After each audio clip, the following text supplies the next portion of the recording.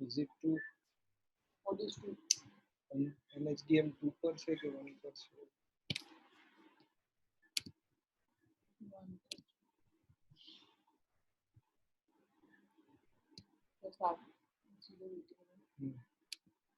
ઉપર કરીને પછી બોલશે નહીં.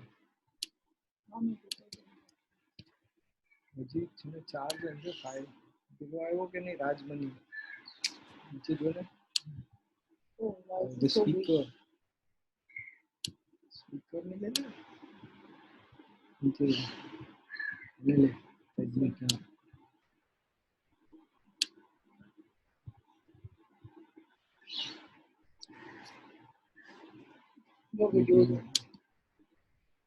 Hi. You are not audible. You are on mute. I'll have to unmute. Wait. Okay. One minute. Audible? Yeah. Okay, sir. So how do you go about now? Yeah. Okay. How do you go about? Sorry?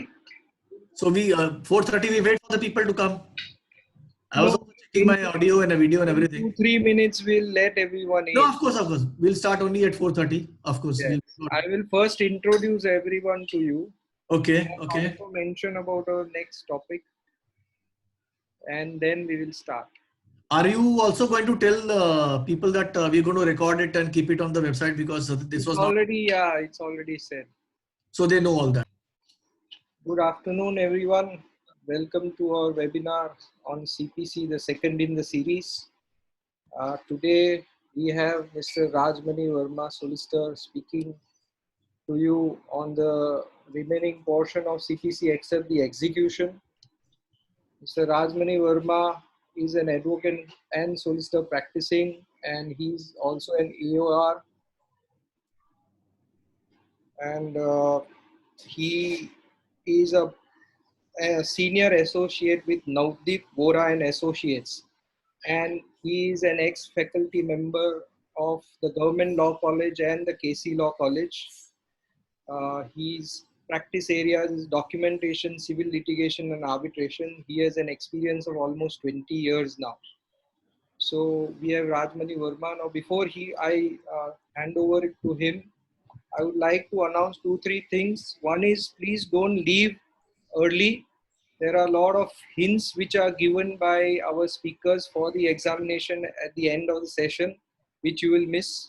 So better stick on and listen to them. Secondly, I am announcing now, and I'll be again announcing the next session. On 24th June, we have the next session next Wednesday at 4:30 p.m. Again, we have a speaker, Mr. Vyom Shah, who is a solicitor and also a practicing counsel. He will be speaking on Commercial Courts Act and the Constitution, the letters patent, and Specific Relief Act, which are also portions forming part of the CPC paper. So please again log in next week and listen to Mr. Verma. I'll hand over the mic to Mr. Verma now. Thank you, Mr. Verma, for sparing your time for this webinar. Thank you, Nilesh Bhai. And I first of all welcome all the participants who have joined this particular webinar. And at the same time, also thank the office bearers of the BILS for taking such a stupendous work for arranging a huge workforce and also covering the topics, virtually the entire syllabus for the help of our participants. And also I thank all my juniors who have helped me in preparing the modules so that I'm able to do it here. So now I'll straight away come to the topic now without much ado. On the previous occasion, my colleague Dhruti Kapadia was there. She took you all through the various provisions, the general basics provisions of the CPC with regard to pleadings, the jurisdiction, filing of the plaint and all those things, what all it should contain. I will be dealing with certain special suits because the topic which were discussed earlier, they were relating to general suits where the parties have to adjudicate their grievances with regard to their private disputes, where the two private individuals are there, they have to discuss certain things, they go to court of law. But when it comes to the CPC, there are not only the general pleadings with regard to the plaint. When the parties are different, in that case, depending on the description of the parties and the nature of plaintiff and the defendant, whoever they are, there are certain provisions which are provided in the CPC. We call them as a special suits.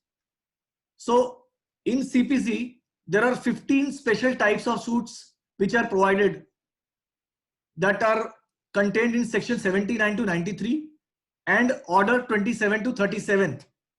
So depending on your client, if he's a plaintiff or defendant, and who is that plaintiff and defendant, whether he's a government or a public officer or alien or a military officer or a corporation or a firm or the partners, or they are indigent people, or they are the parties relating to the enforcement of the mortgage of immovable property, summary suits, then suit relating to public nuisance, public trust, and all those things are covered under those provisions which I have cited just above. In addition to the above, another limb of special suit has also been carved out with regard to commercial suits. So therefore, now when it comes to the money suit for recovery of money, we have different options. One would be that you file a regular suit earlier, and if the money recovery was arising out of certain contractual documents, certain promissory notes, then you could have a separate provisions carved out from the general provisions of CPC for expeditious hearing of those matters in the form of summary suit, which I'll be discussing later. So therefore, likewise, there are many types of special suits in which the right from the process and the procedure, and also for who will be the parties to take the accept the service, and various other items are there. So with regard to these specific descriptions of the defendants or the plaintiff, they will have always the precedence over the general provisions and the procedure which is laid down in other procedure, which were discussed by our colleague member Dhruti earlier.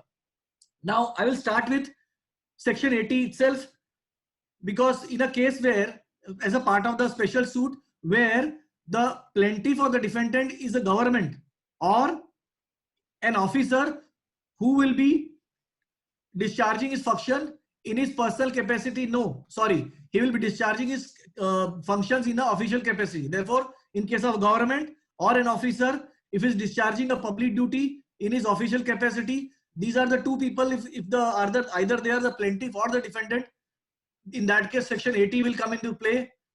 Section 79, start with 79. 79 says who are those people who can be defendant. If in a case the government is a central government, then you have to sue them in the capacity as Union of India. You have to describe as a Union of India. If it is a state government, then you have to describe as a state of Maharashtra, for example, in our case. And now coming to section 80 notice, this is very important, because when we have to file a suit against the government, in that case under section 80 has to be given, this notice has to be given to the government, and how the notice has to be prepared and how it has to be dispatched, there's a procedure also given in the same section 80 itself. For example, in the case of central government, you have to issue a notice to the secretary. If it is a railway, it is a general manager. If it is a state government, secretary or collector. If it is public officer, then in that case, that concerned public officer, his designation as well as the place where he is working has to be described in the public notice, in the statutory notice under section 80. And at the same time, the same procedure will also have to be followed when you arraign them as a defendant. Same description will have to be provided. Now coming to the averment, what exactly your pleading will comprise of. In the pleading, starting in the title, you'll have to give your name and address of the plaintiff, the brief description of the cause of action, how the cause of action has arisen, and the relief that you're seeking. And there also you have to give that there has to be an averment that you have given a notice under section 80 and this has been delivered, and the notice period that is prescribed under the section 80 is 2 months. So this is called the statutory notice. And I'll come to the case laws which settles the point, where it says that this particular requirement is a sine qua non. It cannot be avoided. It has to be given. If it is not given, in that case, suit has to be dismissed. Now, secondly, what will be the prayers? Normally, if you want to file a suit, in that case, you have to give show cause notice. Before that, you have to give show cause notice to the government. The idea of giving 2 months notice to the government is so that there's a principle behind it, so that the government, which comprises of various officers and the public body and the departments, when a notice goes to them and the notice is very clear about what exactly your grievances are, what exactly you expect from them, so that they can apply their mind and come back with their solution. In that case, if they come back with some solution and it is a satisfactory, in that case, there's no need for you to go to court. That is the reason why 2 months notice is given to the is provided in section 80. Now, if in a case, it also provides, for example, in a case where suppose there's an urgency and you can't wait for 2 months to happen. In that case, section 80 subsection 3 provides that in case of extreme urgency, you can still file a suit, but as far as the urgent relief is concerned, that will be granted only provided the defendant, that is your government or the public officer concerned, is given opportunity and to explain why the such relief is not to be granted. And there you'll have to give a clear, obtain a leave. So such leave can be obtained either by a separate application, because certain courts, they prefer an application to specific application to be filed, that since it was because of urgency I was not able to issue notice under 80, there was no sufficient time, and now please, I'm filing the suit. Now please allow me to please permit to file the particular suit without insisting upon the requirement of section 80 notice. In that case, the court may consider that, but in that case, no relief will be granted provided the other side is given the opportunity. Now, coming to the signatory, in case of a suit by our government, if the plaint and or the written statement that is to be signed by the government officer through special order, that means the person who's should be authorized, because government cannot, we all know that government cannot sign on their own. So therefore, there must be authorized officer who should be by a special or general order be authorized to depose on behalf of the government. And secondly, after the suit is filed, the first job of the court is to explore the possibility of settlement. If the settlement takes place, in that case, the court will go for settlement and pass an order, pass a decree to that effect. Otherwise, in that case, the court will take it further. And one more thing, you should know that in case of such cases where the public officer has been arraigned as a party, in that case, that person cannot be arrested or attached. His property can be attached in such kind of cases. For example, under order 38, where it talks about 38 talks about arrest and attachment of property of the defendant. But in the present case, except in execution, the property and the person himself, that is a public officer, cannot be attached. Secondly, if the court is satisfied that the person is required to attend to certain public or duty, in that case, the court will not insist for his presence. And one more provision that is given as far as 82 is concerned, there's a separate time frame is given for the purpose of execution of decree. For example, normally in all decree, certain time frame is provided and it is inbuilt in the decree itself. For example, let's say suppose somebody has been ordered to pay the money within 2 months, the decree will say the defendant be directed to pay the money within 2 months. In the present case, if the defendant is a government, in that case, the court will allow the 2 months to expire, and in addition to that, under section 82, he will be given additional 3 months to discharge the duty. So in that case, suppose you have got the decree, you have to, the court will write a letter or some kind of communication through the department to that concerned government to comply with the decree. If the decree remains unsatisfied, and thereafter you can issue the notice. The decree can be executed. Now, the very important case laws on this point, and with the same, in fact, this is a case law of 1984, and this particular case law has been consistently followed, is a Supreme Court judgment that I will cite. It is Bihari Chaudhary versus State of Bihar, that is 2019 2 SCC 177.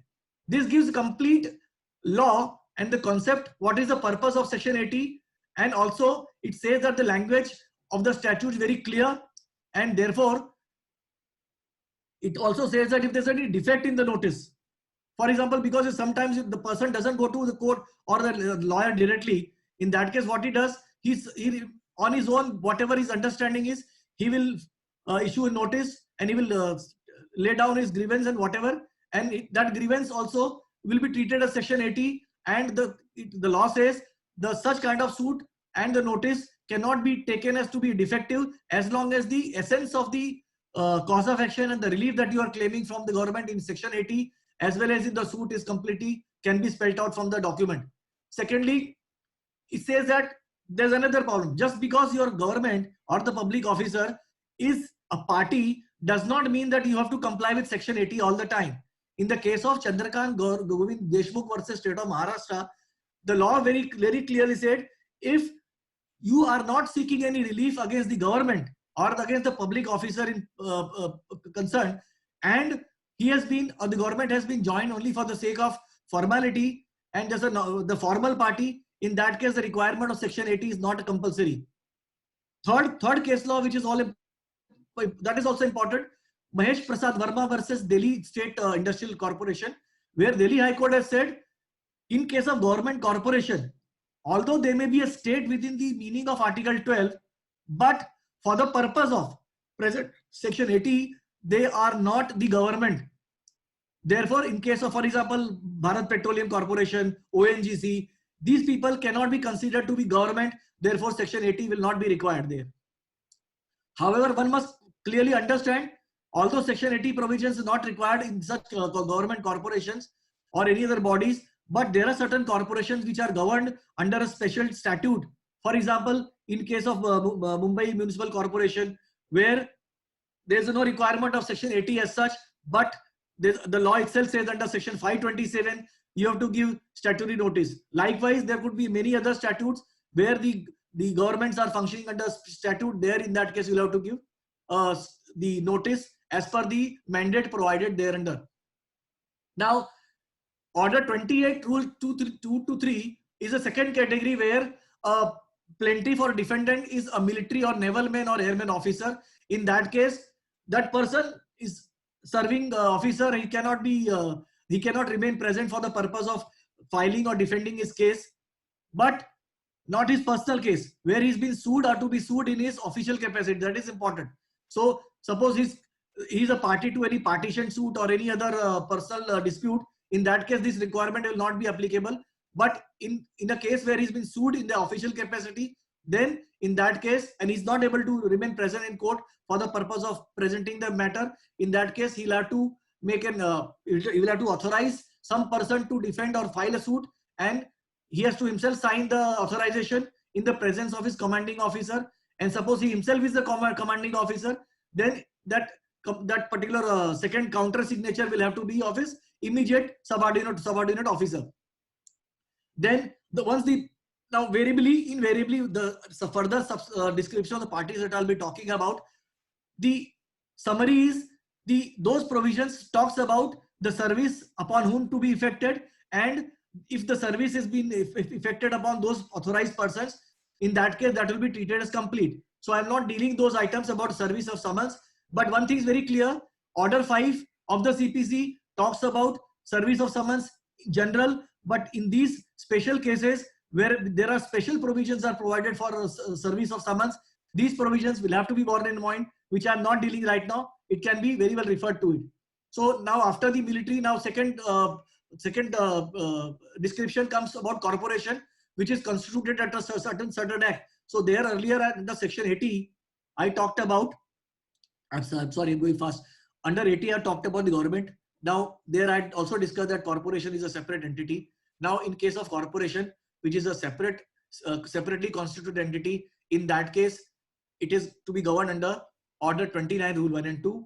And if such suit is to be filed by or against such corporation, therefore who has to sign the plaint or the written statement? It would be the secretary or the director or any principal officer of the corporation who is able to depose to the facts of the case. That means, first of all, he should be authorized, and second criteria is that person should be able to depose to the facts of the case. That is how these two requirements are important.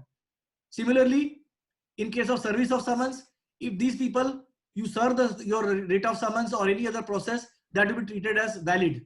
So therefore, while you comply with the service of summons by following the provision under Order 5, the person to whom the services are to be effected are these people, and the person to be named as a defendant are to be through these people, That's how the process has to be done. Now we immediately come to where the suit is to be by or against the firm. Normally, we all know that a partnership firm is not a legal entity, as in the case of corporate, as in the case of company or any other statutory body having a legal status, separate juristic status. In the case of firms, the CPC provides some kind of relaxation. Here, the firm is treated to be an entity for the purpose of filing or defending a suit, and therefore that provides us how the who are, for example, in a case where a partnership is firm is suing, in that case all the partners need not be the partner, the plaintiff in the present suit. They, any two or more persons can be partner.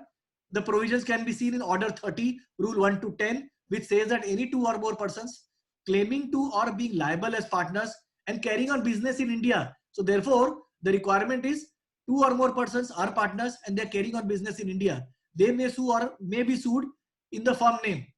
And but one thing is very important, that as far as possible, if you are representing the plaintiff, in that case you must ascertain as to who the partners are at the time of cause of action, because that is more important. The partners as per the Partnership Act are those partners who are liable at the time of partnership at the time of cause of action. But sometimes you don't know who the partners are. In that case, the provisions provide for such kind of requirement whereby you can get a disclosure from the either you represent the plaintiff or the defendant when the other side is a partner, and the who are the partners of the firms you don't know. Then in that case you can't be in the dark. The provision facilitates that you make an application or you write a letter to the other side lawyer for disclosure about who the partners are, and the disclosure that is made by the partners by advocates will be treated as sufficient disclosure.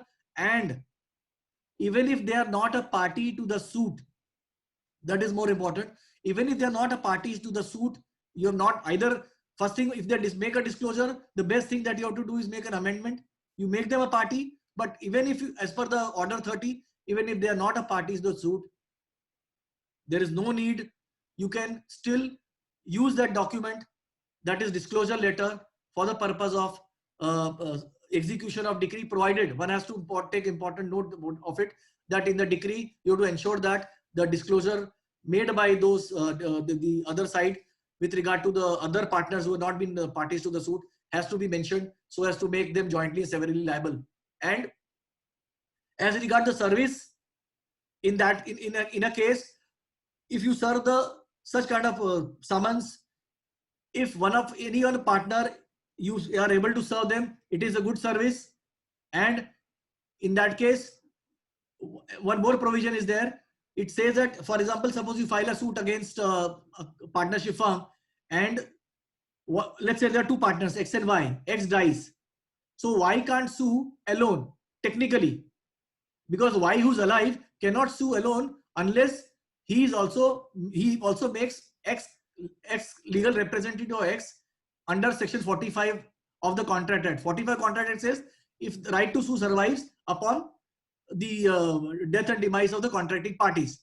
So in a normal case, you can not file a suit provided you also make the legal heirs as a party. But because of the provisions contained in order 30, even if one of the partner dies and his legal representatives are not there, you can still go ahead with the suit without making the legal representative on record, and your suit will not be fatal. But as a matter of good practice, which is important, that you should bring all the legal heirs of the plaintiff or the defendant partnership on record. And at the same time, it also does not preclude the legal, for example, now there's no legal requirement for getting the LR legal representative on record in the proceedings, but such legal heirs, upon knowing that his parents have, or father or mother, whomsoever they were partners, have expired, in that case they can also make an application to the court for implementing them as a party. So that can be done.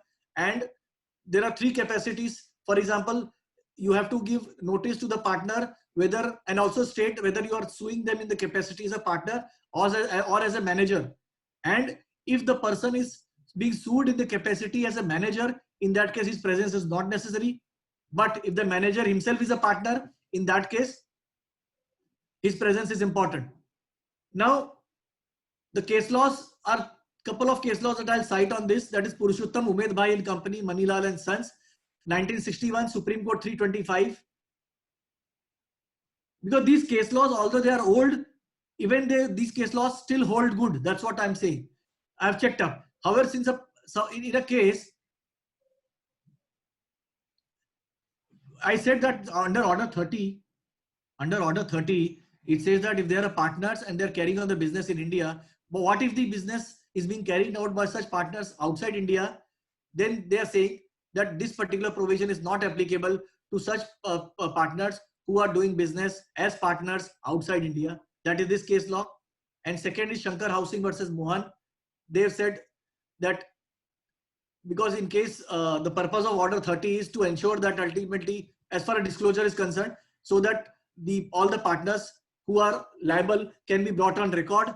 And if you have applied for disclosure and the disclosure is not made, in that case, if at all any other partner who later on comes to the court says, oh, I was not party to the suit, I want to defend, such persons will be precluded from defending the case. So therefore, when you don't know that who are the partners of the firm and the description is not there, you have to ask for a disclosure. That's so important. Now, second is suit against trustees, executor, administrator, because we all know that ultimately the trust, executor and administrator are not the owner. They are basically the person who is in charge of and responsible for handling the estate of the deceased or the trust. In that case, such person should be, that's a common sense now, as we all know, that since they are the de facto person in the place of the as a trustee or the administrator, in that case, summons have to be served upon them. And if any service is made upon them, in that case, such services are treated to be a valid service. Another aspect, it also talks about, suppose the lady, if the trustee, the administrator or the executor is a lady, in that case, if she gets married, in that case, it doesn't get affected. And next category of special suit is Order 32 Rule 1. This talks about the suit by or against minors and persons of unsound mind or disabled.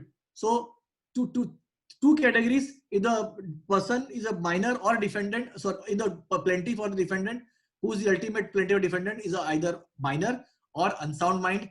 These provisions are given under this provision of 32. It talks about, in either case, whether the plaintiff is a minor or a defendant is minor, you have to first ensure that a guardian is appointed, or it's called his next friend. So therefore, such person has to be sued or be sued through his next friend of the minor. So in that case, the law also provides that such persons, how they are to be appointed. So what is important is, first thing is that you have to ensure that the guardian is appointed. The procedure for appointment of guardian of the minor is contained in the Order 32 itself.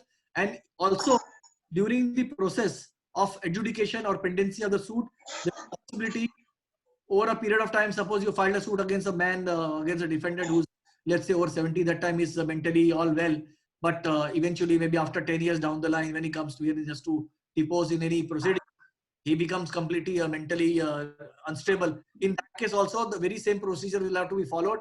You have to make an application to the court for appointment of guardian. And in that case, this can happen at any stage of filing of the suit. And once the guardian has been sued or to be sued, the service of summons has to be served upon them. And at the same time, there are certain duty cast upon the guardian with regard to his manner of conducting his affairs. And once also, if he is acting contrary to the interest of the minor, in that case, he can also be removed. And guardian also can be based on the procedure given under that Order 32. Secondly, one more thing that is to be remembered, that without leave of the court, the next friend of or guardian, whoever has been appointed for the minor, is not entitled to compromise before decree or order and to receive any property on behalf of the minor. In that case, they have to make an application. If any compromise is to be made, application will have to be made to the court to satisfy how such kind of compromise or sale of any property or receipt of money is going to be benefited for the benefit of the minor, and how the those monies to be utilized. In that case, court obviously court will lay down certain guidelines for the purpose of securing the interest of the minor. Now next, a special rule applies to the class of person who are indigent. That means there are people who are not able to pay the court fees or the litigation expenses. In that case, that is contained in order 33, rule 1 to 9. 33, first you have to make an application to the court.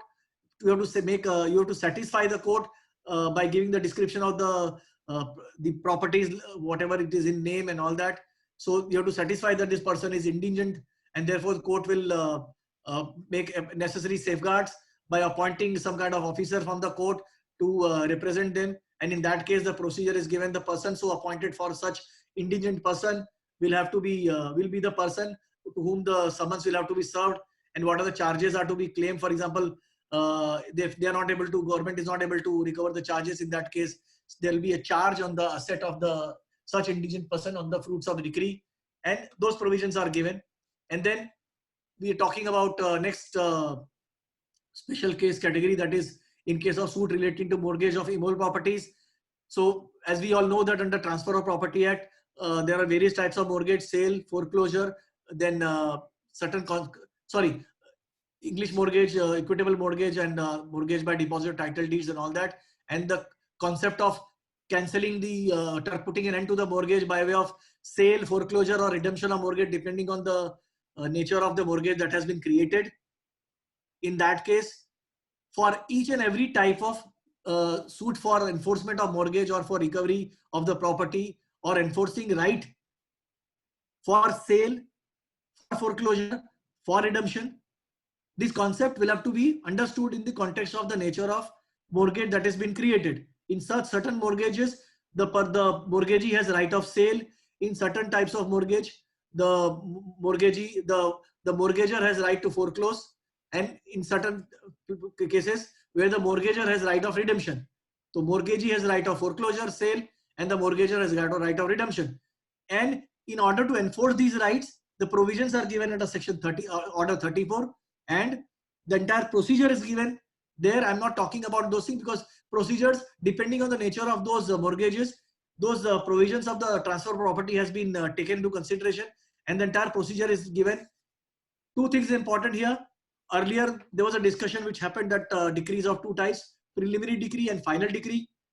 So in this particular concept, in case of suit against in relation to mortgage of real properties, first, depending on the nature of sale or foreclosure or redemption, whichever type of mortgage it is, the court will pass a preliminary decree, and afterward they will find a final decree. What the preliminary decree should contain, it's laid down in order 34, and what the final decree is contained, that is all laid down under order in the order 34 itself. Now there is interpleader suit. This suit I will talk about a bit later.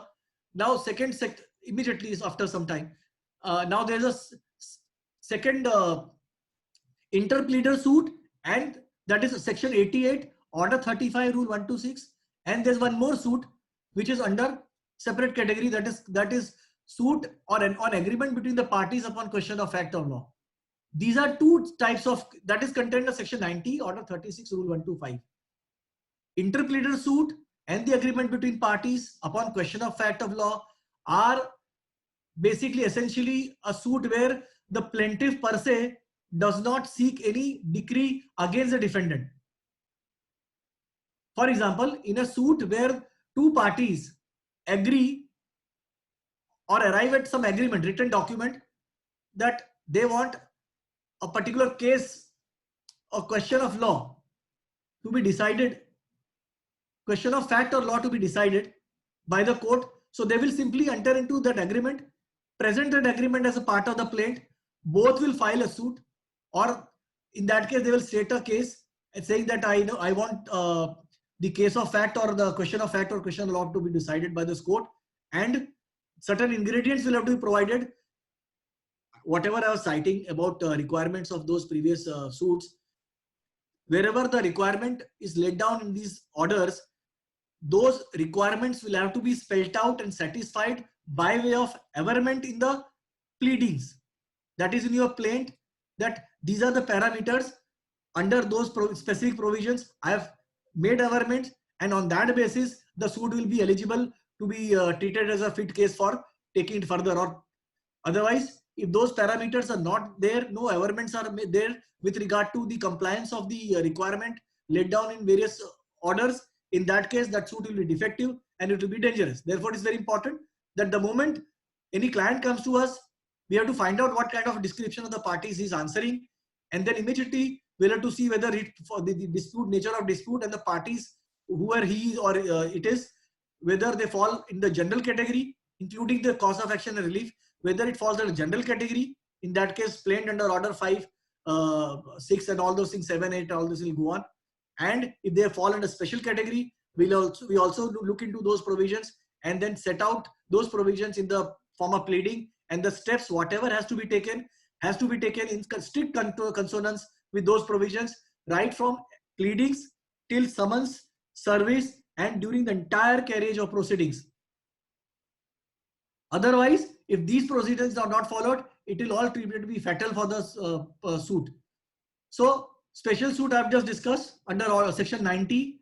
Now there's another broad category which is more popular till such time, that was summary suit.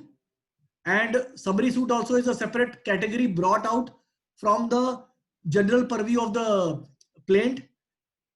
I'll discuss that also because it's a separate topic altogether and very important also from the examination point of view. And then comes to, so interpleader and summary suit I'll discuss after some time. Now there are other two suits which are very typical in nature, where you have to, in case of public nuisance or a public trust, where the public is interested. For example, any public nuisance or something which is likely to affect the public, in that case, such suit can be, if it is a government, then such suit can be filed by the government, or if the suit is to be filed against the government, in that case by the private parties, then private parties in such public nuisance cannot file without the leave of the court, and it should be at least not the plaintiff has to be minimum 2 or more persons.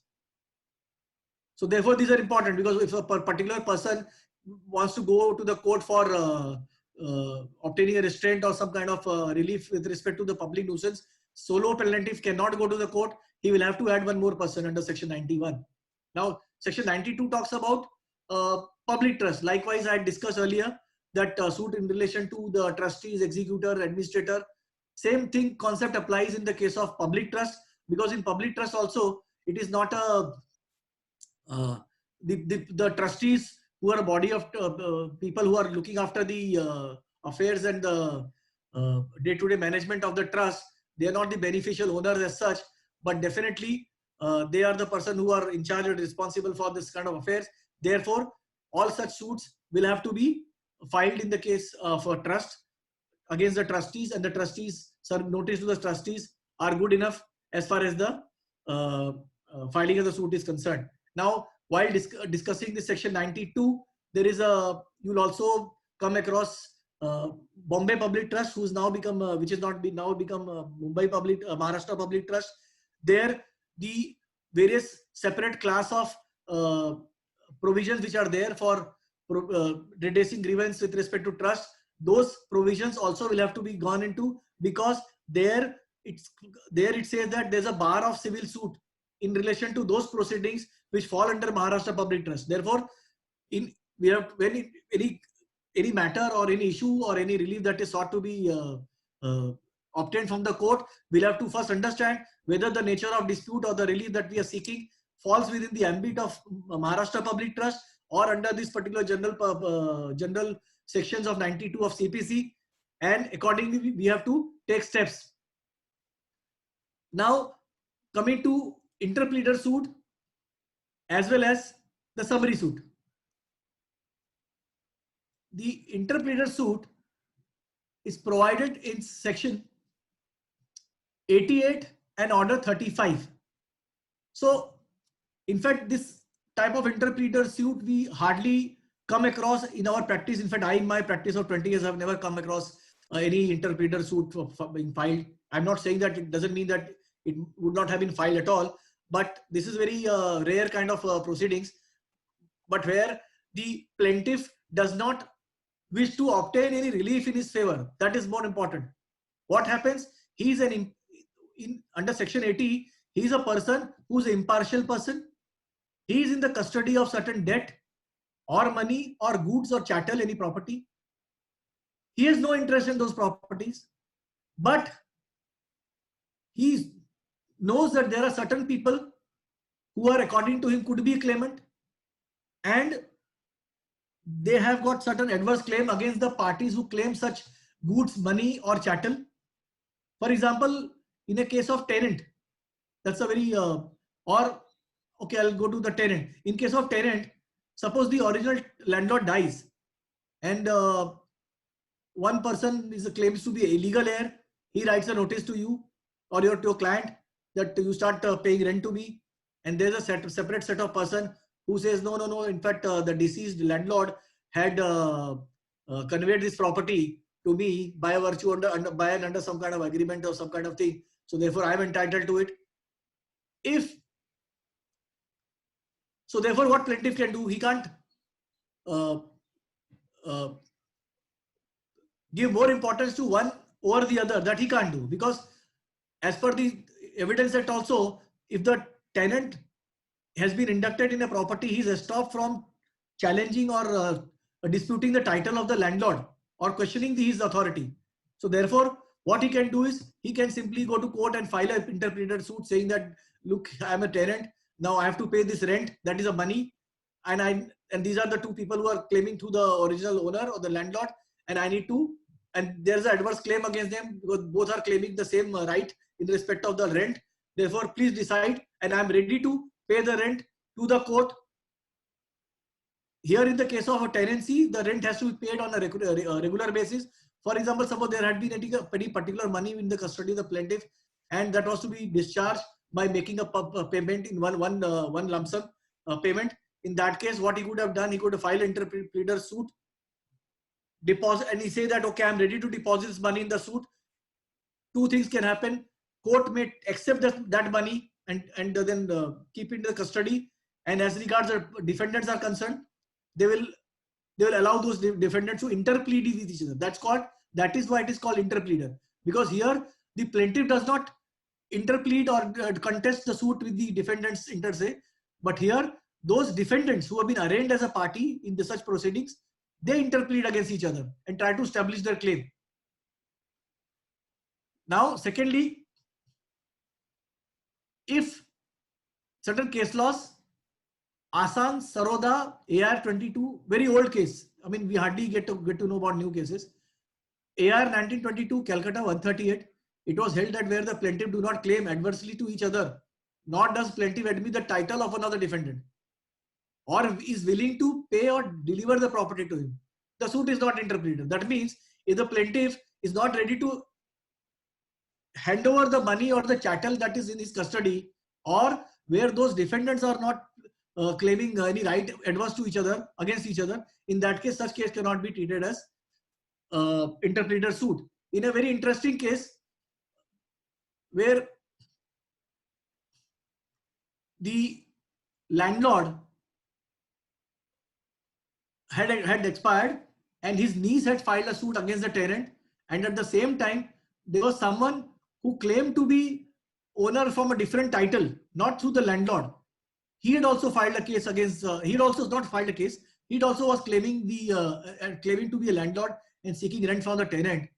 So therefore, the interpreter suit was filed. Ultimately, the court held that if any third party who's not related to the landlord, then it can't be treated as both are claiming through the same person, and he will be treated as an independent person. Interpreter suit cannot be filed. They will have to file a separate suit. In that case, both the parties, if they want to assert their right, they have to go to the court and adjudicate their grievance or adjudicate their rights by getting proper declaration in the court of law. And in that case, they have to get an order on that case, but they can't file interpleader suit.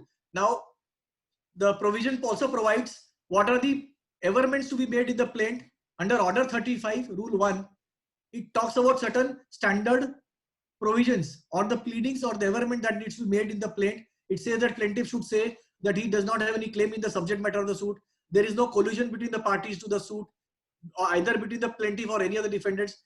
There are claims inter se made by the defendant severally, and the plaintiff is ready and willing to bring the property in the court. That means, in short, he is ready to comply with those directions as laid down in the section. And once the amount is deposited or the property is deposited in the court, the plaintiff can be discharged. And if the court also insists that the parties, the plaintiff should remain, in that case, the plaintiff will continue to be on board at the final hearing.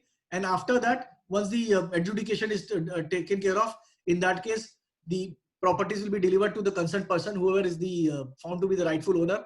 And the cost of the plaintiff, whatever was expended in filing such proceedings, in that case, such cost can be recovered from the property which is sought to be handed over to the rightful owner. So, and as far as appeal is concerned, an order dismissing an interpleader suit is appealable under Order 43, Rule 1 of the CPC. So that's how we talk about interpleader suit, and definitely this comes as a short note, and there are certain case laws that can be cited on this. Neeraj Sharma versus District Sangur, Khadigram, 2006, 142 PLR 791, and another case law is Asan versus Sarda Charan Kastagir, AIR 1922, Calcutta 138. Now, so whenever there's a short note on these points or any such kind of topics, in that case, it makes sense that these case laws are cited because they help in completing your answer. So therefore, whenever any case laws that I've just gotten from the, just hold on, that needs to be mentioned there. Now coming to a summary suit, as I discussed earlier, there were two types of suits. One was in the form of regular money suit, and second was summary suit. Summary suit, these provisions came in the form of special provision because to ensure that as far as the commercial transaction is concerned between the parties, to ensure that the people have trust in the commercial transactions and the commitment of the person who has to pay the money. Therefore, the special provisions were incorporated so as to ensure that such kind of provisions go on a fast track basis. But unfortunately, this has never happened. Now, there's another provision that has come in by a special suit that is called commercial suit. Now, commercial suit and summary suit are basically where the liability of the claim involved is less than 3 lakhs. You can file a summary suit in terms of such commercial transaction that we'll talk about it. And in case of commercial transactions, if the liability or the claim involved is about 3 lakhs or more, in that case, you have to file commercial suit. The provisions as far as the interrogatory admission and denial of those documents are with respect to commercial suits are contained in a separate structure, which is inbuilt in the commercial suit itself under CPC, but that will be taken by some other member of ours. So therefore, I'm not going to be discussing on that. But now I'm really discussing about commercial summary suits. Summary suits, the provisions are contained under Order 37 of the CPC and Rule 221, 2227 of the Bombay High Court original side rules. Now, which are the categories of the claim in respect of which the summary suit can be filed? They are negotiable instruments, that is bill of exchange, hundis and promissory note, or in which the plaintiff seeks to recover a debt, recovery of debt, or liquidate demand in money on a written contracts. For example, therefore, damages will not be considered to be a summary suit because that has to be ascertained and determined by the court of competent jurisdiction. Therefore, if any contractual liability arises out of a written document or enactment. In that case, the claim under a summary suit can be made, or where the claim is in respect of any fixed sum of money or nature of debt, except penalty. So penalty will not be treated in the case of summary suit, but a person who's a guarantor, definitely he will be liable to be sued as a defendant under a summary suit. Now,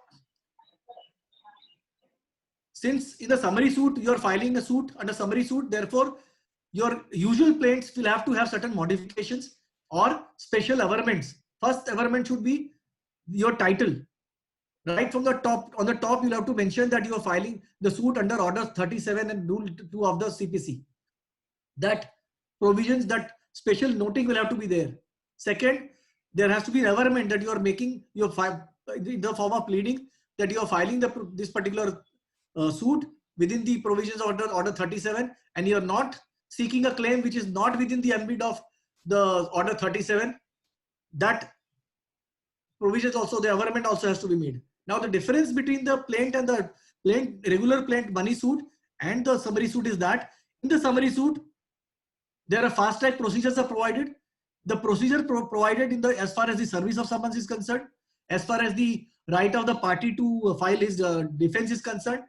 So these provisions will always precede over the general provisions of order 5 and other provisions of CPC. What are those provisions? Those provisions are: number one, in the case of summary suit, the defendant does not get right to defend unless a leave to defend has been given to him. So therefore, in normal suit, the plaintiff files a suit, defendant gets a right to defend the suit by file of WS. Here, you cannot file a WS unless the court has permitted you to defend the suit. Now, at what stage the defendant gets a right to defend or file his WS? That opportunity comes at a later stage, because it says that the moment you file a suit, you serve the copy of the writ of summons upon the other side, and you give the opportunity. 10 days time is given under normal circumstances, 30 days, and then the maximum period of 90 days the CPC is given for filing a written statement here. But for summons for judgment, that means if you file a plaint, you have to immediately take out a summons for judgment. That means it is a summons for judgment. It is not I am saying that my suit should be decreed. If you set out those various parameters, those pleading will be there, that these are the rights on the basis of which I am entitled to judgment forthwith. That summons for judgment will be supported by affidavit. You have to serve upon the defendant. You have to give the other side time for 10 days. And within 10 days, that person has to file his appearance either by himself or through advocate. And then he will apply for leave to defend. And he also has to deal with the averments or the case of the plaint. Now, there are case laws, which I'll come to a bit later. So therefore, under what provisions and what are the criteria for giving the defendant an opportunity to defend are contained in various case laws, and the last case law on this point is IDBI Trusteeship Services versus Uptown Limited, that is 2017 case. This was also followed in subsequent case of 2019, but the broad principle in the case of Uptown matter, they had reiterated the principles laid down in another prior 1965 judgment of Supreme Court, that is Milkhi Ram India versus Chamanlal Brothers, AIR 1965, Supreme Court 1698, AIR 1965, Supreme Court 1698, and the present case in which I am talking about, that is Uptown Limited case, because this is also a Bombay High Court judgment which was carried to the Supreme Court, 2017, 1 SCC 568. The principle laid down which the court has to take into consideration whilst granting leave to defend. Broadly, those principles can be looked into. These judgments are all, those principles have been laid down. Around 6 to 7 criteria are given. So one criteria is if the plaintiff is able to make out a prima facie case. In that case, and the defense of the defendant is not substantial defense, or that is a kind of moonshine, or it is a completely does not cannot or does not raise any tribal issues. In that case, the leave to defend. So therefore, three criteria. One is unconditional leave to defend. That means if the defendant is able to make out a case that the plaintiff's case is sham, or the defendant has a case to succeed on merits, and therefore he should be allowed to unconditionally defend. That means court will not insist on depositing any money as a condition precedent for the defendant to proceed further and file his defense. If the case of the defendant and if the defense of defendant is so probable as to give rise to the fact that he will ultimately succeed in the trial, and the plaintiff case is not so tenable, in that case the defendant will get unconditional. And second category is where there's a doubt about the claim. Court, it appears to the court that what plaintiff is saying, that also could be right, and what defendant also is saying, that also could be possible. In such cases, the plaintiff will ask the defendant to deposit some money and then give him a leave to defend. Third category is in a case where the defendant entire case is sham. On the face of it, it looks like the defendant has only made defense for the sake of making defense. In that case, the court will immediately strike out defense. He will not grant the defense, and the suit will proceed for trial. But here, suit for judgment, that means the person, that is a plaintiff, will be entitled to summary judgment immediately. So he will not have to look forward to filing of the written statement and the trial and all that. In such a circumstances, what he'll have to do, he'll have to simply file his all documents, original documents, by way of affidavit document in the court, and on that case, in the summons, the decree can be passed. Now, as regards the procedure which is contained in the original site rule, that is 221 to 227 of the High Court rules. So the form of summary suit, what will be the summons for judgment format, everything is all given there, that I'm not discussing here. And what are the procedure for example, suppose the rule 227 says that if the decree, if the plaintiff sits idle for 6 months and he doesn't come forward to file take out a summons and doesn't apply for a summons for judgment, the suit will be liable for dismissal. That means it has to be decided within, the plaintiff has to take action within 6 months. So that happens as far as the special suits are concerned. Now, basics of the general plaint, general suit, as well as the special suit, that all have been discussed. Certain concept note have been given now, just now during the discussion. Now we have filed the suit. What is the next level? Are we supposed to wait for the decree for years together? And in case, what if, obviously, defendant, once you, the moment you file a case against a defendant or a suit against a defendant will try his level best to ensure that the decree is either defeated, or you don't get the fruit of decree in time, or the subject matter of the suit itself gets disappeared or sold off, or gets extinguished. Are you supposed to, as a plaintiff, to wait for the decree? What you should do in that case? So there are something called interlocutory proceedings.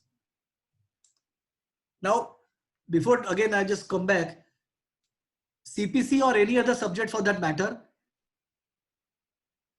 are actually boring subjects. But the moment we try to structure the entire scheme of the section in such a manner that they fall under particular description, then remembering it, understanding them, and applying the principle of those concepts become easier. So likewise, the moment we talk about plaint, then immediately we talk about special suits. These are the categories, special parameters with regard to those special suits, and then what further categories of those other orders.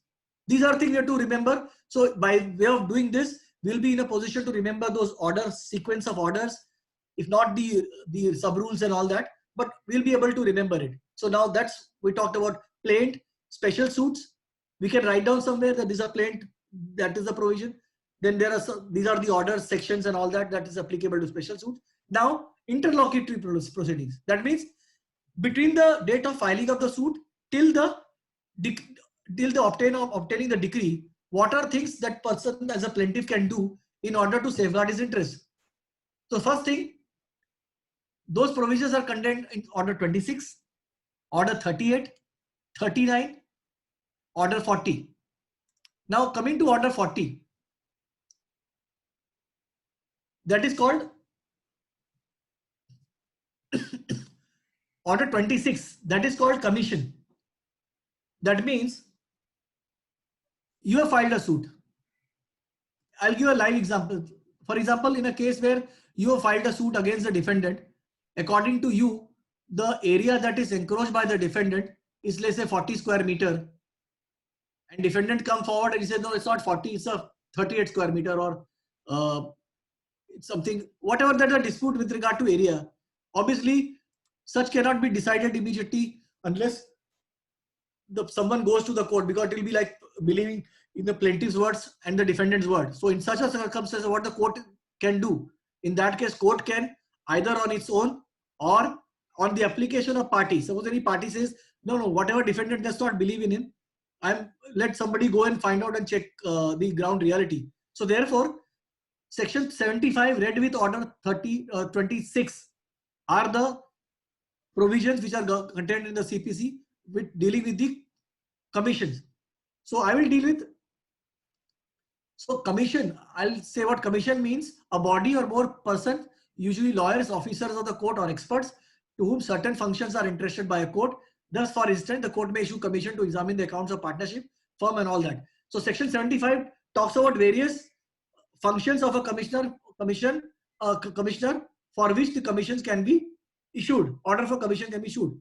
One, to examine witnesses. Now we all see that in invariably all suits where the trial is to take place, for the purpose of examining witness, cross-examination and all that, once the affidavit of evidence is filed, the immediately matter goes for cross-examination, for which the advocates or counsels are generally or invariably appointed as a commissioners. So that power comes under Section 75. Or to make local investigation. Suppose there's a crop is there and there's a problem, the other defendants try to mislead the court that this crop is of not this description, is something else. Court can make an order for local investigation. To adjust accounts, in case of where there's a dispute about the account, according to me, the accounts is something, this should be like this, and according to the other side, there's a problem. He says, no, this actual account should be something like this.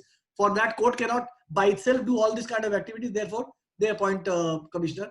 To make partition, court generally, if the court passes the order of partition, there has to be somebody going with an authority of the court who should implement all these activities. Therefore, the court can appoint partition. To hold investigation, to conduct sale, because invariably sometimes there is properties to be sold off during the proceedings or at any time for the purpose of execution. In that case, some kind of provision has to be provided, that is to conduct sale. Second is to perform certain ministerial acts. If any act is to be done, which the plaintiff and defendant cannot be entrusted to do those acts, such kind of activities also can be assigned to the such commissioners to do such kind of work. So therefore,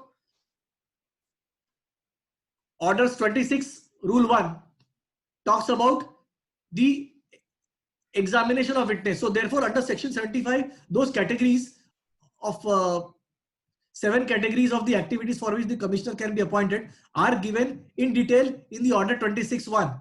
For example, in case of commission who has been appointed for the purpose of examination or interrogatories, in that case, when he can be appointed, for example, in the person to be appointed, in case of a person who's to be interrogated on examination, such person, if such person is exempt from the CPC from attending the court, or let's say for example there's a parda nashin, such person cannot come to court for any damn reason, or because of some kind of sickness or infirmity, that person cannot be brought in the court. In that case, the court may either suo motu, or on the application of any of the parties, or if the witness himself has filed some kind of evidence in court and he says, no, I will not be able to present myself in the court for the purpose of my cross-examination, in that case, a commissioner can be appointed for that purpose. Second category where the commissioner can be appointed for examination or interrogatories, if any person who's a resident beyond the local limits of jurisdiction. Suppose now we're talking about some gentleman who's in, let's say, Sangli, and that person has to be brought here and he can't be brought here, and that person needs to be, he's a crucial witness in such matter and he's also filed evidence. Such person to be examined, we can apply for an order of commissioner. That person can go to Sangli, he can do that. Second, if that person is about to leave such limit, he's about to go and there's a complete urgency and the court does not have time and he has to be examined as early as possible, commissioner can be appointed.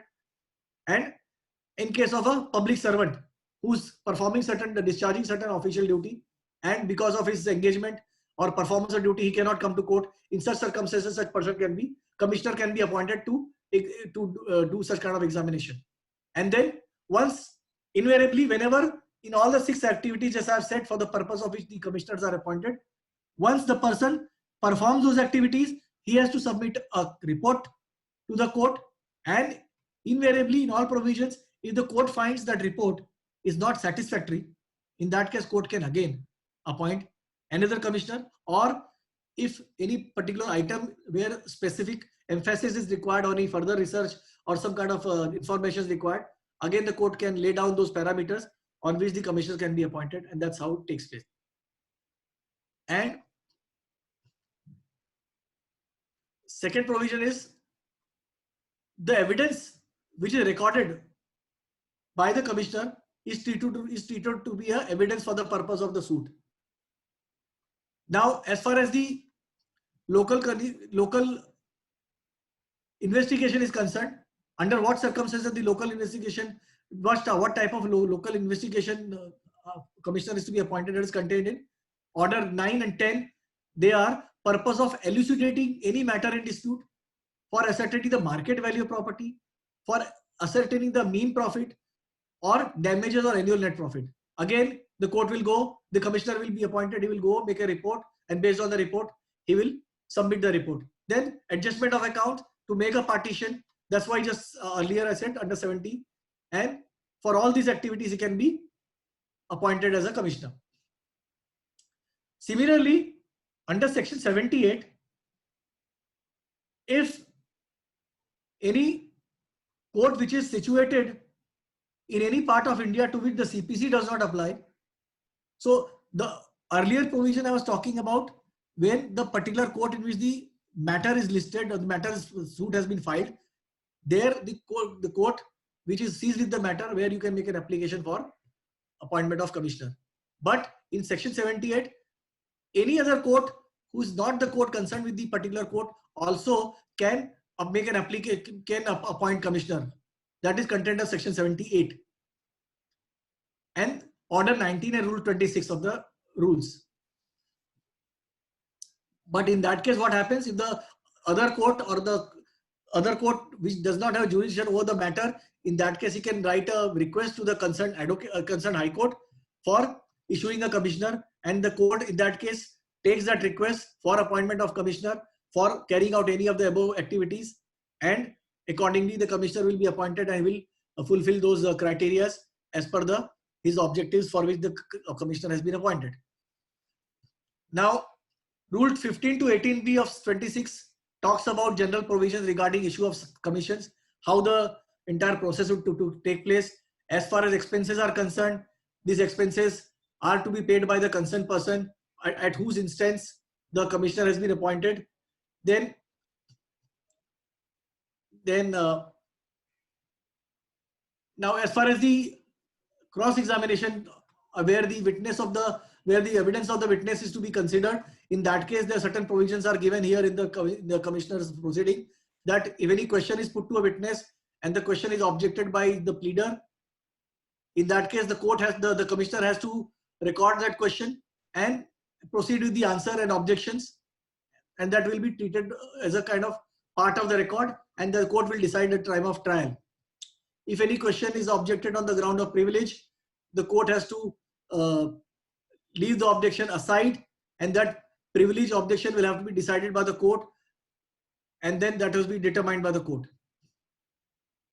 Commissioner cannot impose any penalty because he is not a civil court under Rule 17 that is provided. And then two important case laws that is very important here. One is, normally we have seen in our practice also, actual practice, wherever the plaintiff files a suit, they also make an application at the same time as an interlocutory proceedings, because this entire discussion I'm making under as a part of the interlocutory proceeding. That is the proceedings, the application to be filed pending the final disposal of the suit. It is between these proceedings, so as to protect the subject matter of the suit. So invariably what happens, the plaintiff or the defendant makes an application to the court for appointment of commissioner for performance of any of those activities, or to achieve those objectives. But the fact remains, the law is very clear on this point. That is also laid out in Sanjay, son of Sanjay Namdev Khandare versus Saheb Rao versus Kachuru Khandare, 2001, 1 Bombay CR, BCR 800. It says that it is settled law. This case law is of 2001, but even today also the law is very settled on this point. So therefore, if any case laws will be coming after that, there can't be any modification. But here the court has very clearly said the court commissioner cannot be appointed for collecting evidence. Why? What's the difference? If court appoints a commissioner to do some kind of measurement, that's a factual aspect. But whether a particular person is in possession or not in possession, that the commissioner cannot go and ascertain on that. That is not within the ambit of the commissioner, because whether the person is in the actual possession or rightful owner, such right lies in the exclusive domain of the litigation, for which proper evidence will have to be laid. For that, the court will have to adjudicate upon those items depending on the evidence laid by the parties. Therefore, such kind of fact finding cannot lie within the domain of the commissioner. That case laws one has to, and concept one has to understand. Secondly, in a particular case law, the commissioner was appointed not under Order 26, but under Section 151 of being the inherent powers of the court, to seize the account books in the possession of plaintiff, and on the apprehension, because the defendant had applied that this particular certain books of account lying with the plaintiff's hand might be tampered with. Therefore, the court exercised its right under 151 and then appointed a commissioner. The commissioner went there and seized seized the entire account books. The court, in this case, Padma Sen versus State of UP, AR 1961, Supreme Court 218, the court had deprecated the conduct of the commissioner by saying that such kind of activity is not within the domain of the commissioner. In such a case, if the plaintiff is so desirous of protecting the document, in that case, there are ample safeguards provided for discovery, disclosure, and production of document. Such kind of procedure will have to be resorted, and such kind of seizure cannot be done by forcible measures. Now, so as far as this plaint which was filed, for example, I'll give an example, and in that context, I will relate all the various provisions of interlocutory proceedings. For example, suppose my client has come to me saying that the defendant has filed a suit. Defendant has agreed or entered into some agreement to sell of a particular plot on which certain buildings are there. I have paid, let's say, X amount to the defendant. Now, defendant is not abiding by his part of the contract. I have filed a suit for a specific performance of the contract for conveyance of the land along with the building, and in the alternative, if that cannot be possible, for damages. In case I have filed a suit, now the defendant takes a plea that no, the actual area is not this much, which is or maybe the location of the area is not correct, or the encroachment, my area has been encroached by somebody. All these activities are there. In that case, I have to ascertain. Court also has to, because in order for the court to ascertain the ground position, I'll make an application, or court can also appoint a commissioner under Section 75. I'll make an application. This is because of the dilemma, because of the misleading facts which is brought out by the defendant. This aspect has to be determined. What is the extent of area that is in possession? All those things, I'll make an application for commissioner. Therefore, that is how the Section 26A and section 75 to 78 will come to place. Now that aspect is over now. Suppose there is no dispute as far as the property description or the locality and those requirements of for which the commissioner has to be appointed is not there in the particular suit, in my suit. I will ignore for the timing. Now coming part 2. What do I do now when I come to know the defendant is about to sell the property to somebody or enter into certain transaction? I can't wait till the decree that is passed or wait for the trial to take place. I need to preserve that property. What do I do? What should I do? In that case, there are provisions provided under Order 38, 39 and 40. 38 talks about arrest and attachment before judgment. 39 talks about temporary injunction that we normally understand. We all know that ultimately most of the time in the court, the matters are heard on the busy in the disposing of the or entertaining the ad interim relief matters or notice of motion that we normally call as, or in the or in some cases appointment of court receiver. For those I'll come to. Now these are the broad 3 categories: arrest before judgment, attachment before judgment, temporary injunction and court receiver. Now coming to arrest before judgment. The suit that I just gave, the example of the suit that I just gave, the case that I just cited, that the suit for specific performance, in thus this matter, arrest before judgment is not possible because Order 38 Rule 1 to 4, which talks about arrest before judgment, applies only to the extent of the monetary claims. It clearly says these provisions cannot be applied, or these provisions are applicable to the cases other than the suits which are described in section 16A to D of the CPC. Section A to D relates with the suit where the dispute or the right or title or interest or claim in respect of immovable property is concerned are contained in section 16 of the CPC. So in those, if the suit is forming within the description of those suits under section A to D, in that case, arrest before judgment cannot be availed of. Therefore, in the monetary case, for example, ultimately, even when we go for execution of a money decree, there also the person is not able to pay the money. The only recourse that we have against the gentleman and the judgment debtor is for putting him into the civil prison, not more than 6 months. So that is to ensure that once under the threat of being imprisoned, that person might cough up money or pay the money or comply with the decree. So therefore, that is a post decree, and this is the interlocutory application pre-decree that is under section Order 38 Rule 1 to 4. Now, what are the guidelines? The requirements.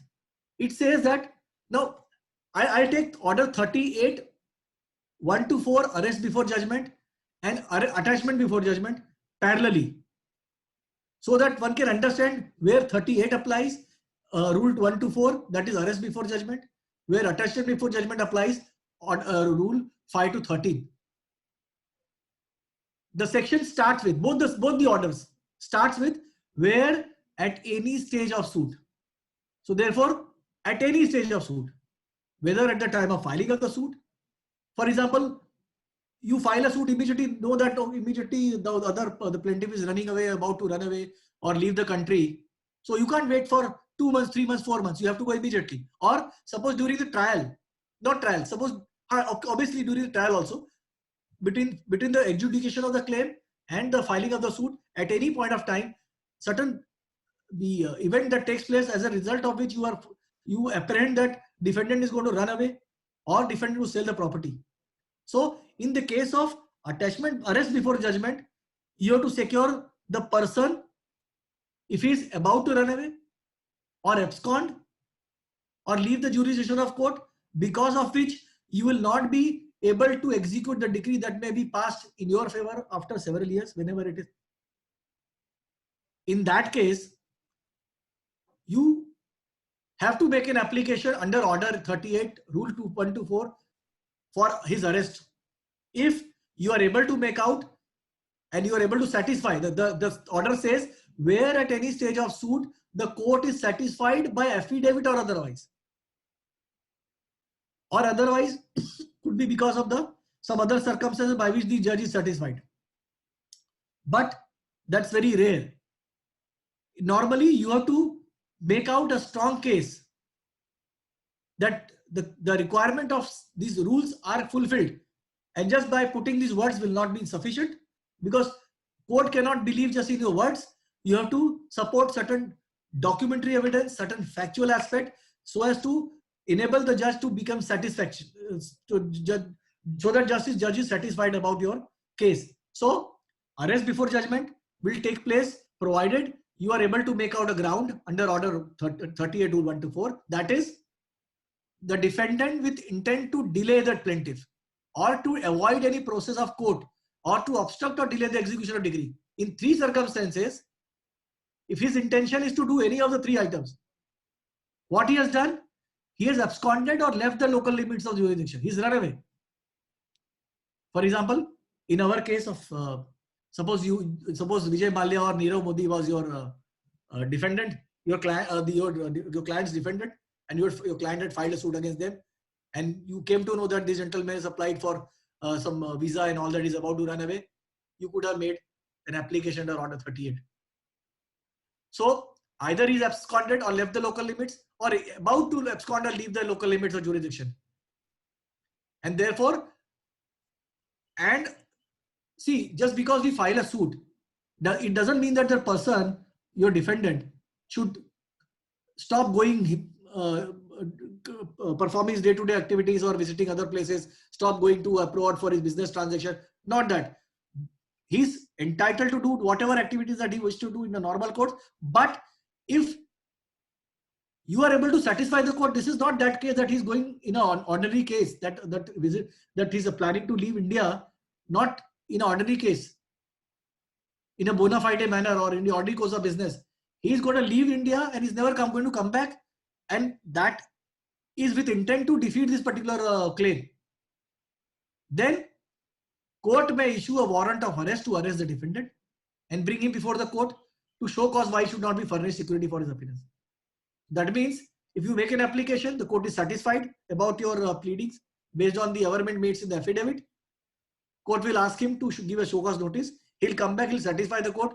No, this is not the reason why I'm leaving India. I'm not leaving India forever. I got some X amount of business commitment. I was going there, and this is the kind of business transaction document. I'll come back. There's no intention. I'm ready to defend. I've already filed my written statement. All those pleas that he can very well take.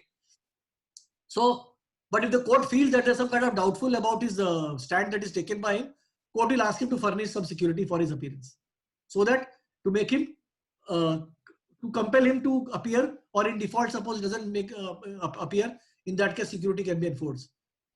Second, if he's not able to come and the officer who's serving the arrest order goes to them and with the warrant of arrest, in that case, suppose the amount that is mentioned in the suit is able to satisfy the plaintiff's claim, and he pays that money to the person who's serving the warrant of arrest, then he will not be arrested. Obviously, with the purpose of filing the suit itself remains satisfied, there's no need for him to again proceed further in the matter.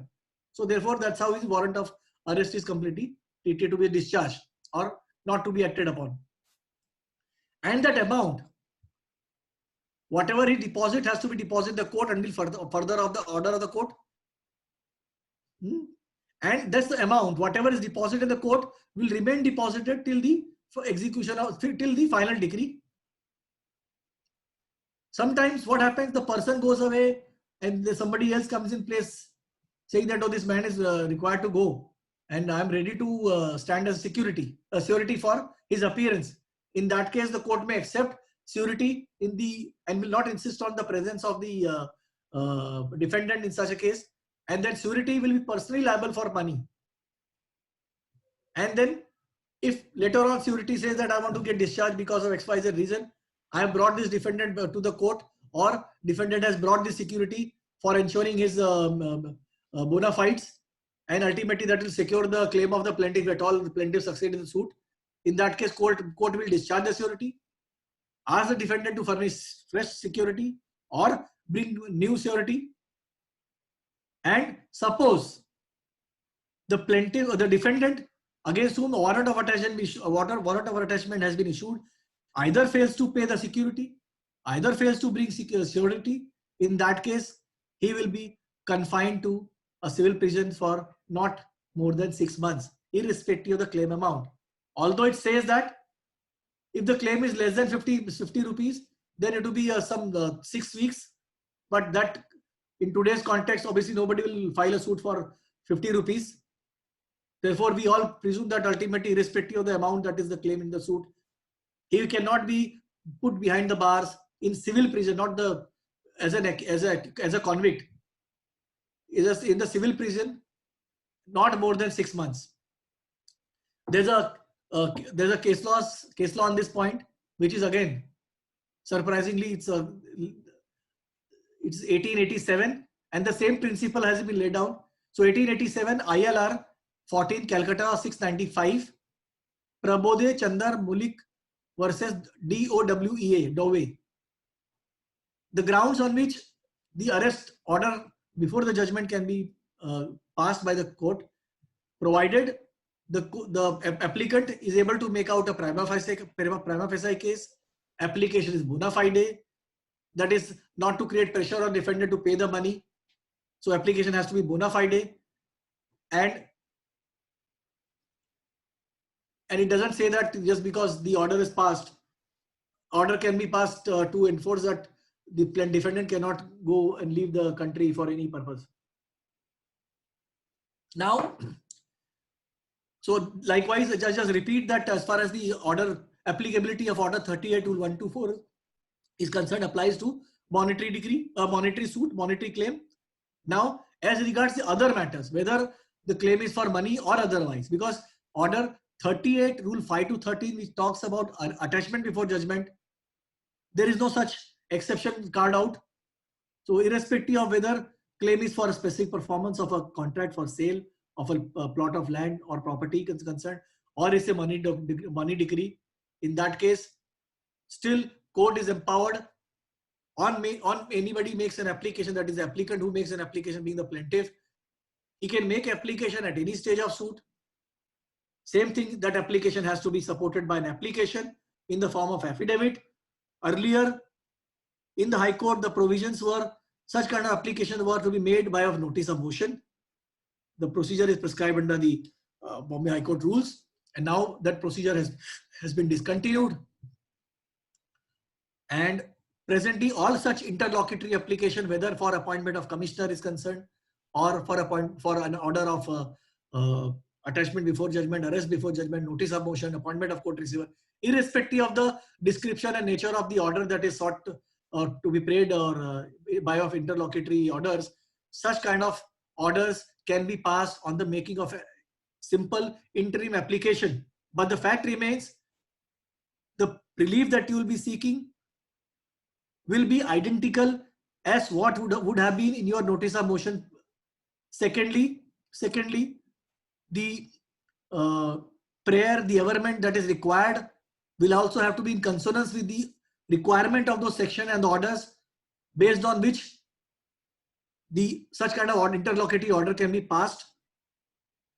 So therefore, the essence, whether notice of motion or chamber summons or interim application, only the description has changed, but the essence, the relief that is to be claimed, and the averment that is to be made, the case that has to be made out, has to be still there. That has not changed in any case. Now, so therefore, we are referring to order 38, attachment before judgment. This applies where the case where, in order to secure the decree or the justice being defeated or the suit becoming infructuous, for example, in a case just now I had cited about suit for specific performance, I filed a suit against the defendant for delivery of the conveyance of the property. I come to know that that person is already in the process of negotiating with some third party and is about to sell the property.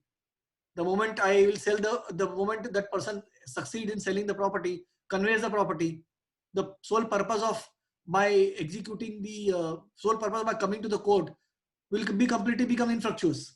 That is one. Second, if he sells the property, what he will do with the money, we don't know. It's not that that money will out of the sale proceed is going to refund my money to me. That is not going to do.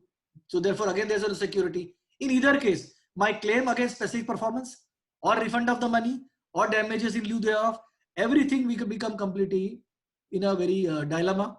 I'll not be able to enforce. Therefore, what the court should do, I have to make an application, satisfy the court that what are the criteria under Order 38.1, that again with intent, where at any stage of suit the court is satisfied by affidavit or otherwise that the defendant with intention to obstruct or delay the execution of decree. So this intention has to be borne out from the affidavit that may be passed in the suit against him is about to dispose of the suit or about to remove the whole or any part of his property from the local limits of the jurisdiction court. So if the application is made out, he's already sold the property, then in that case, your suit or your the relief to that extent becomes infructuous to that extent. Then there's a separate remedy altogether or separate procedure altogether depending on what relief that you have sought. But in that case, your suit becomes infructuous because I think there will be only for that case for damages and refund of money, only to that extent remain. So the valuable property for which you had filed the suit, that substratum of the property is the substratum of the suit is gone, so you can't do anything. So therefore, it is better you come to the court, satisfy the court that these are the grounds on the basis of which I have made this opinion, and these are the material.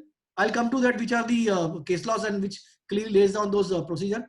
So generally, the principle is either in the case of temporary injunction or in the case of court appointment of court receiver or in the case of arrest or attachment before judgment, defendant is not debarred from dealing with property merely because the suit is filed or is about to file with the suit.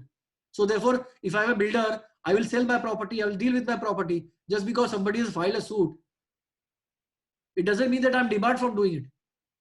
But if the intention is to defeat the purpose of that suit, to defeat the decree, in that case, a case has to be made out to the court, and the order, such order can be passed for attachment before judgment.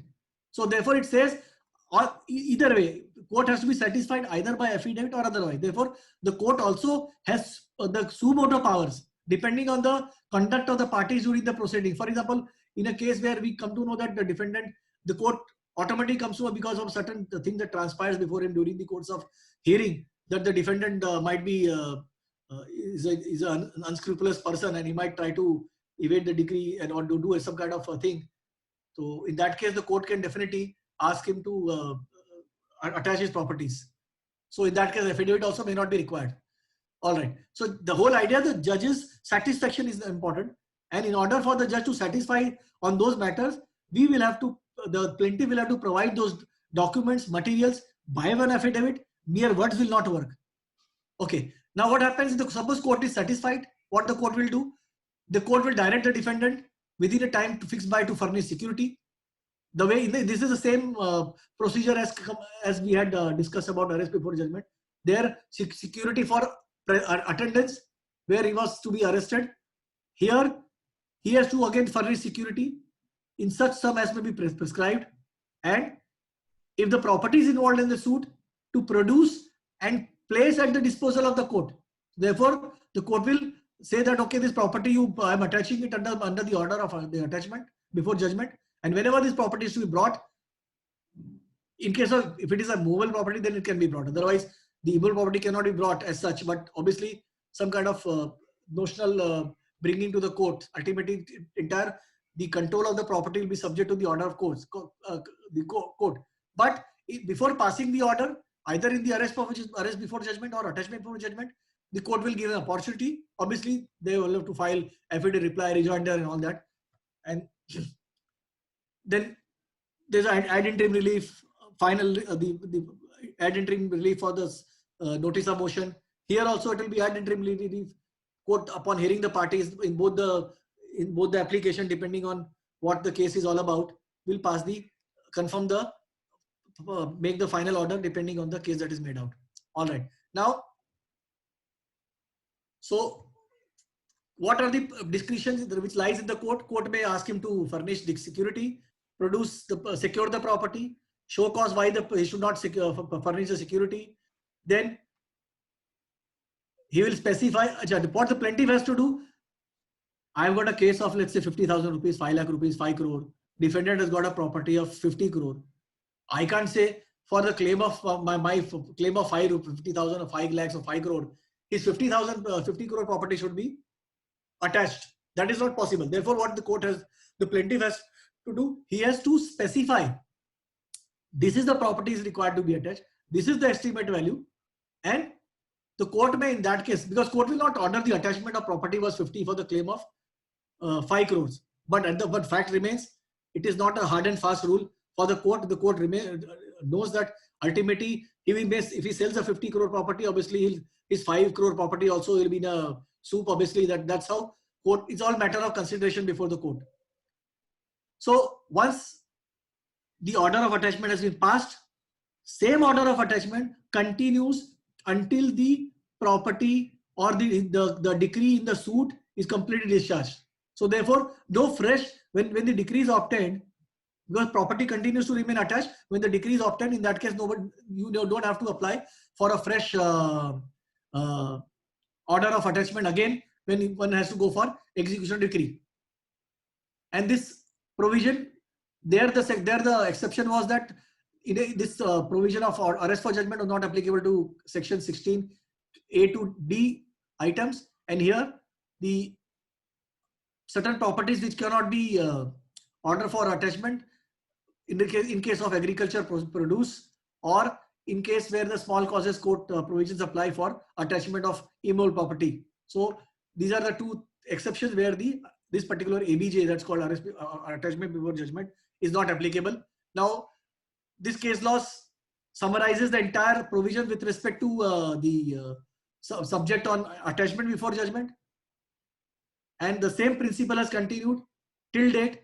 It's a 1951 judgment, Premraj Mundra versus Mohammad Manek Ghazi, AR 1951, Calcutta 156. In para 10, I'm not citing those provisions in general. What are the parameters principles has been laid down by the court, but it says that in all cases there has to be prima facie case, bona fide case to be bona fide.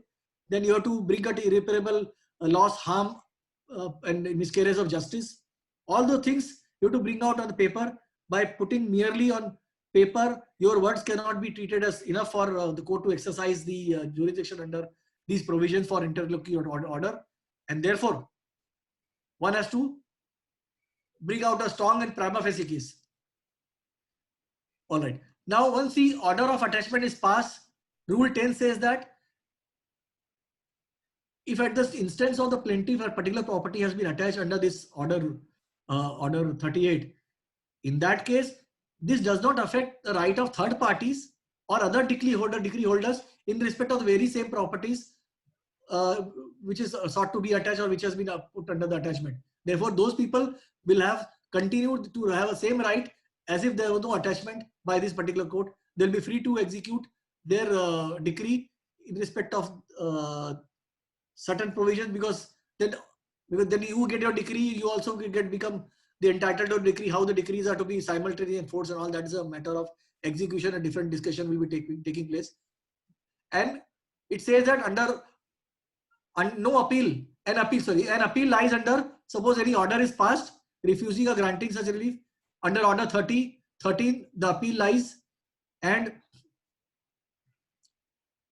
as far as the mode of arrest, attachment, including adjudication of claim of property, for example, I just narrated there, in case the plaintiff wants to a particular property to be attached, he has to give value of the property. If the other side defendant files a reply to the such application and disputes the valuation, in that case, such kind of the issues or the dispute will have to be adjudicated by the court in the very same manner as if those provided in the order 21, that is in the proceedings for execution of decree. So those provisions which applies for adjudication of claim, arrest, attachment, and all those proceedings, the entire machinery that is provided there, those will immediately come into play when the order of attachment or arrest is passed.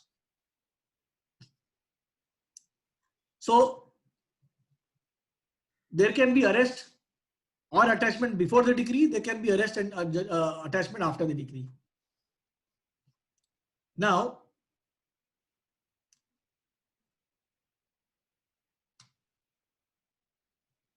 I'll come to order 39. 39, basically what we normally understand that when a suit is filed, immediately a notice of motion is taken out. That is a standard practice wherever, unless there's a very there's no urgency that is made out.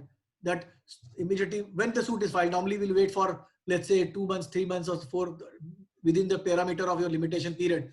But when you come to know that ultimately defendant is not going to pay any heed to your claim or demand, and it's come to has made a decision that he's ultimately going to defeat your claim, in that case you will immediately go to the lawyer and say, okay, this, please file the suit, and immediately please have the property protected. That's one reason sometimes the exigency or the urgency demands that immediately overnight some kind of incident that has taken place, and for example, suppose that you are going to be dispossessed without following due process of law, and you immediately go to the court of law saying that ultimately you file a suit overnight, preparing a suit overnight, take out a notice of motion or interim application, and restrain that person from carrying out any activities which you require him to do in your suit.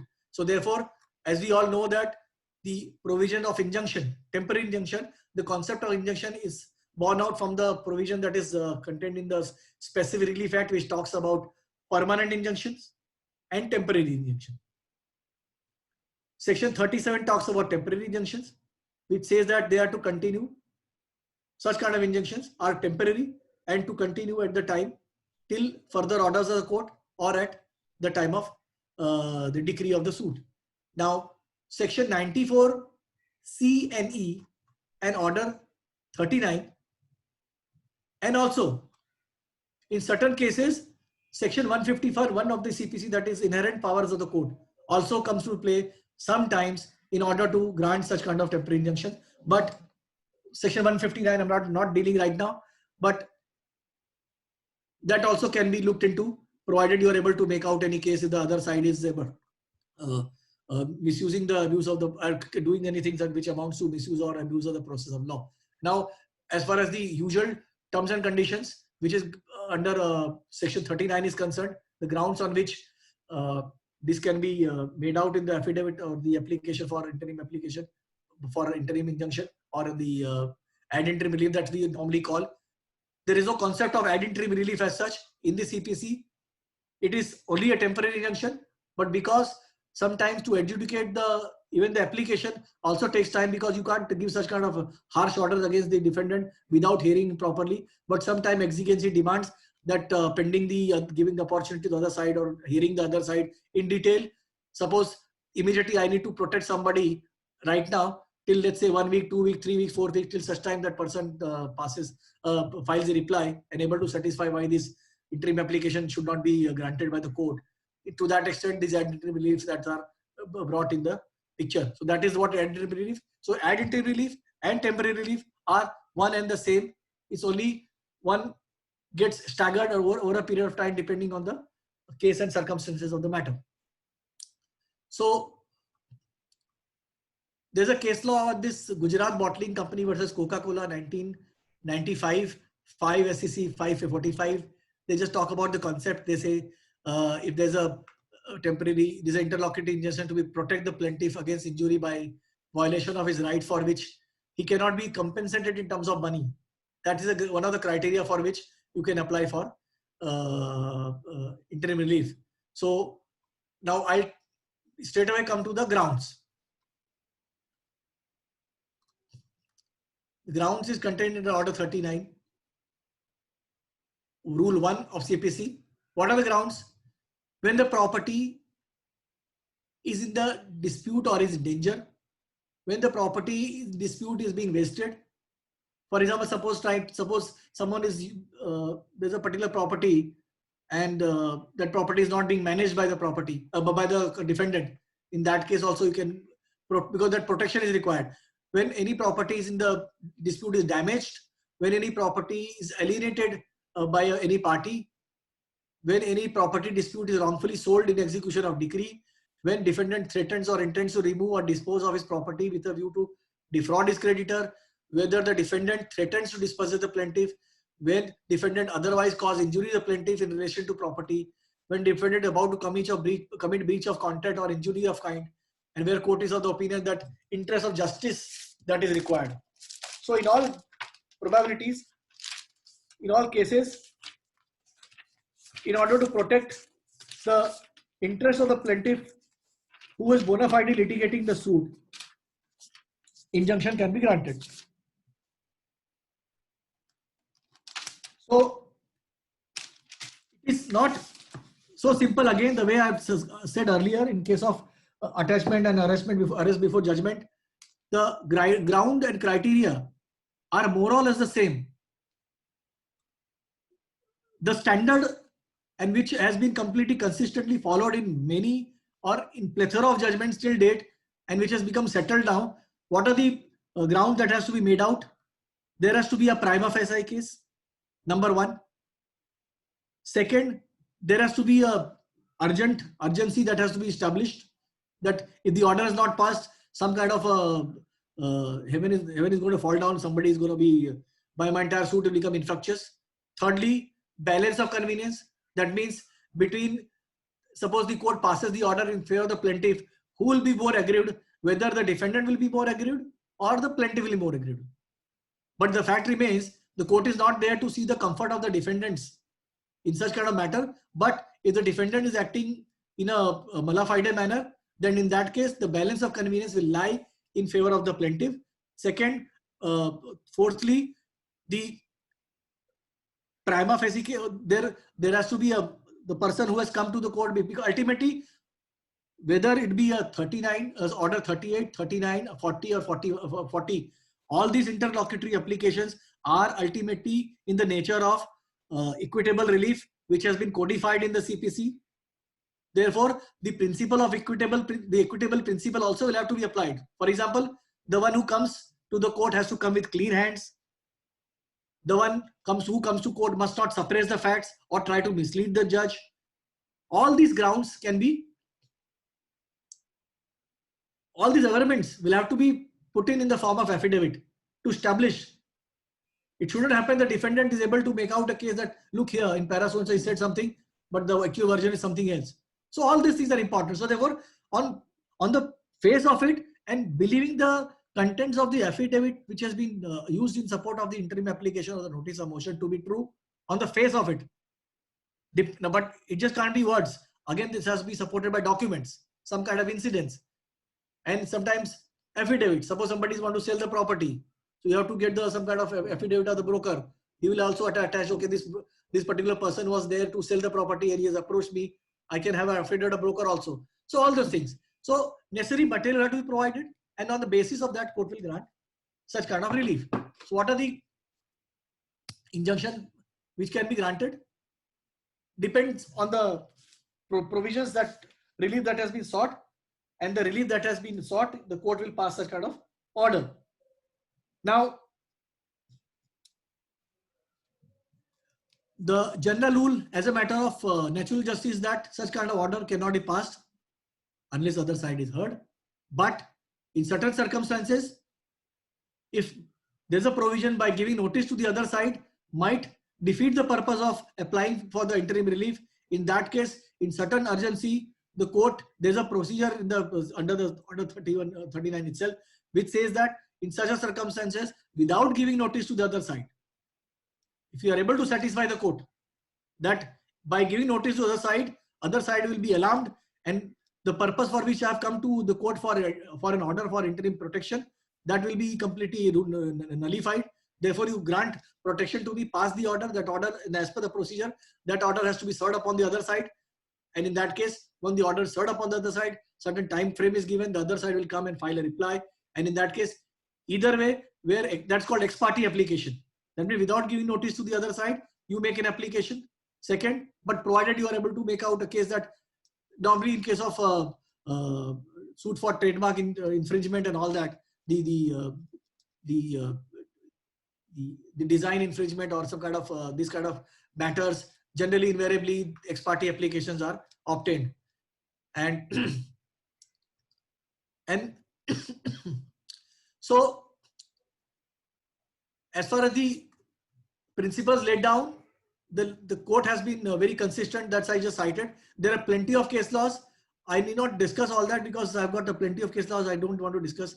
But one thing is very clear, that the consistent views that the parameters have to be laid down. So therefore, what you can do is you can just have those latest case laws on these points. You can cite in support of your to buttress your notes, and so that you can answer those things. Apart from section 39 and 94 A and E, sometimes in certain circumstances, even there's no certain criteria where the order 39 rule 1 is not applicable in certain circumstances, but the court, it appears to the court during the process of the proceedings that this provision, the such kind of order can be made or against the defendant in case of where they try to abuse the process of law, or the under order 150 on section 151, the court can exercise the inherent powers where order 39(1) is not applicable on the face of it. That case laws I have with me is a Supreme Court case law. It says that civil court has power to grant interim injunction in the exercise of inherent jurisdiction, even if the case does not fall within the ambit of 39. Manohar Lal Chopra versus Rai Bahadur Raja Rao, AR 1962, Supreme Court 57.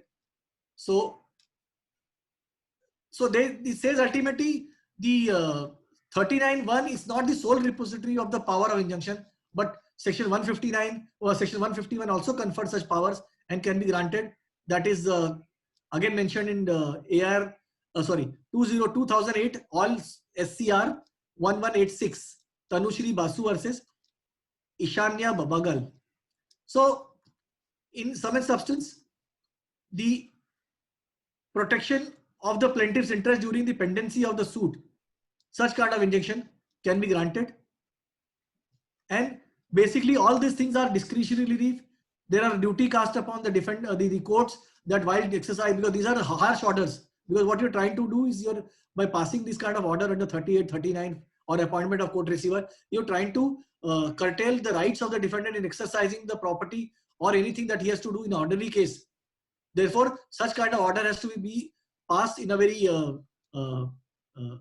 sparingly. The court has to exercise ultimate discretion, judgment, and therefore it cannot be just passed for the sake of asking. Now I come to the one more leg which is also part of the receivership. Normally what happens, suppose there's a partnership business which is run by, let's say, 3-4 partners, and I filed a suit on behalf of one of the partner, and who's been ousted from the business of the partner, or the management or the assets of the partnership firm is not been allowed to partake in the activities. In that case, I filed a suit for enforcement of right, for dissolution and all those things, and the other partners are still in the business. What do? I cannot go for arrest for judgment because that is not applicable. Because we have to take a call depending on the case that we have. We have to understand which kind of interlocutory application in given circumstances I have to apply. Whether I should go for attachment before judgment, whether I should go for interim protection, or I should go for court receiver. So every types of injunction or the interlocutory application that we ask for has a different set of benefits, certain set of advantages as well as disadvantages. So it is a kind of conscious call one has to take. But invariably it is seen that when an application is filed at the time of filing of the suit, the receivership and the injunction are inbuilt in the interim application. Because the grounds for making out a case for protection pendente lite, that is during the pendency of the litigation, are more or less similar. Whether to go for interim protection or the court receiver, ultimately it lies in the what kind of case that you are able to make out, depending on the section and the requirement of those orders, whether under 39(1) or 40. What exactly is the ultimate objective? In case of partnership firm, we know their partners are already sitting there, they are not selling the property, but I'm not getting anything out of it. Mismanagement is going on. So therefore, accounts could be falsified, the monies can be pocketed, monies can be misappropriated, business, clientele, the properties can be misused, or properties lying idle, and because of the dispute between the parties, the property is not able to fetch any benefit. And if at all the property is given on let out on some let out to people, maybe it will fetch some value and some monthly income, some on all that. Therefore, injunction may not be possible. I may simply apply for court receiver, because there's no benefit I'm getting out of appointment of court receiver, injuncting the other side, uh, uh, injuncting the defendant from dealing with the property. I'll simply say, okay, fine, let there be injunction, but in the meantime, let the court receiver be appointed. The moment court receiver is appointed, you are always protected, is always as good as injunction, because the moment property goes under the receivership, it is considered to be in the custody of the court. So therefore, your property is as well as protected. Number one. Second benefit that you derive out of it, the court receiver has got various powers. What are those powers? Are governed under 41, Order 40, Rule 1. What all he can do? He can bring all defending. He can bring in a defense suit. He can take steps for realization, management, protection, preservation, and improvement of property. Suppose the property is good, lying idle. If at all the property needs to be developed, and based on the development, or maybe the property can fetch good value. Otherwise, if it remains idle, it will not fetch any value. So ultimately, that money which come to the partnership account will be ultimately distributed among the partners. So therefore, for that purpose, court receiver can act. So he will take charge of the property entirely, and then he does all those activities as a man of ordinary prudence, as a custodian, collection of the rent and profit, and application, disposal of such rents and profits, how the profits and the rents are to be earmarked or to be distributed, execution of document, as the owner himself has. That means he will be standing in the shoes of the court. Therefore, he's got a full right to sign contracts, execute documents, but provided all these activities are not the powers which has to be exercised by him in his own personal capacity. He has to act in consonance with the directions that the court may grant. Without that, he can't do. He has got general power of management to deal with the rent and profits, how it is be utilized, and he also has to give accounts. So therefore, the Order 40 talks about two types of receivership. One could be any party other than parties to the suit, and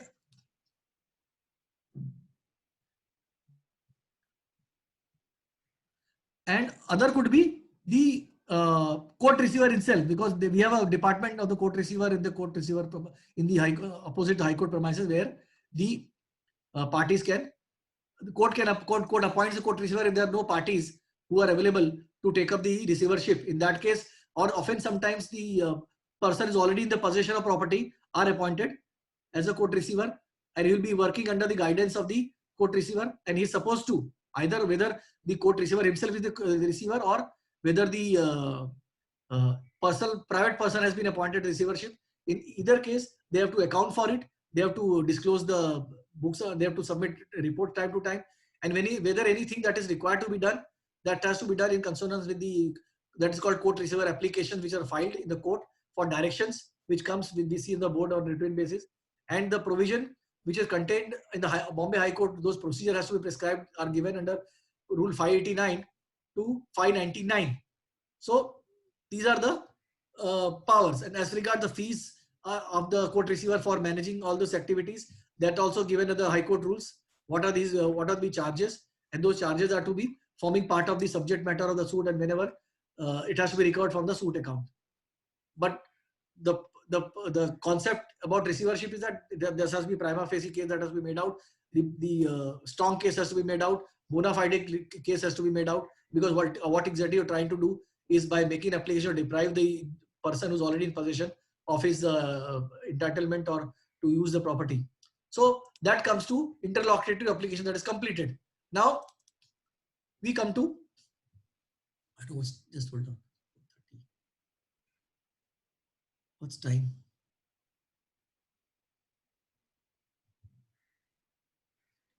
I think it's 2:30. 2 hours. I'll go quickly now because I have to deal with the death, marriage, insolvency. I'm not touching right now, but it clearly says, I'll just try to touch upon a little bit of it because it says that when the right to sue survives, in that case, in a contract, certain times the right to sue survives or right to sue doesn't survive. For example, in the case of personal contract of the personal nature, where the person has been asked to do a painting, if that person dies, obviously the suit cannot go move further.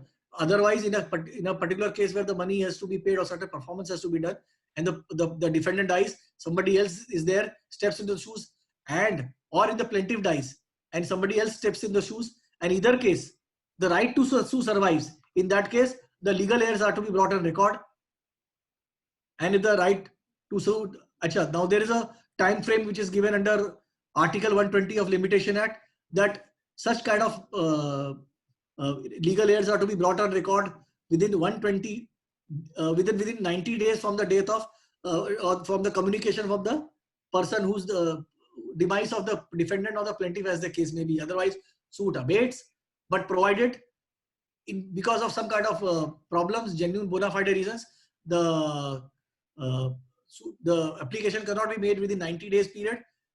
The application can be condoned under Section 5 of the Limitation Act, provided you are able to make out a strong case and you are able to convince that you are, despite your due diligence, you could not make such application. So that is the provision where it talks about death, marriage, and insolvency. So even marriage also takes place. Obviously, after marriage, the person continues to be as the owner, though there's no change in his status.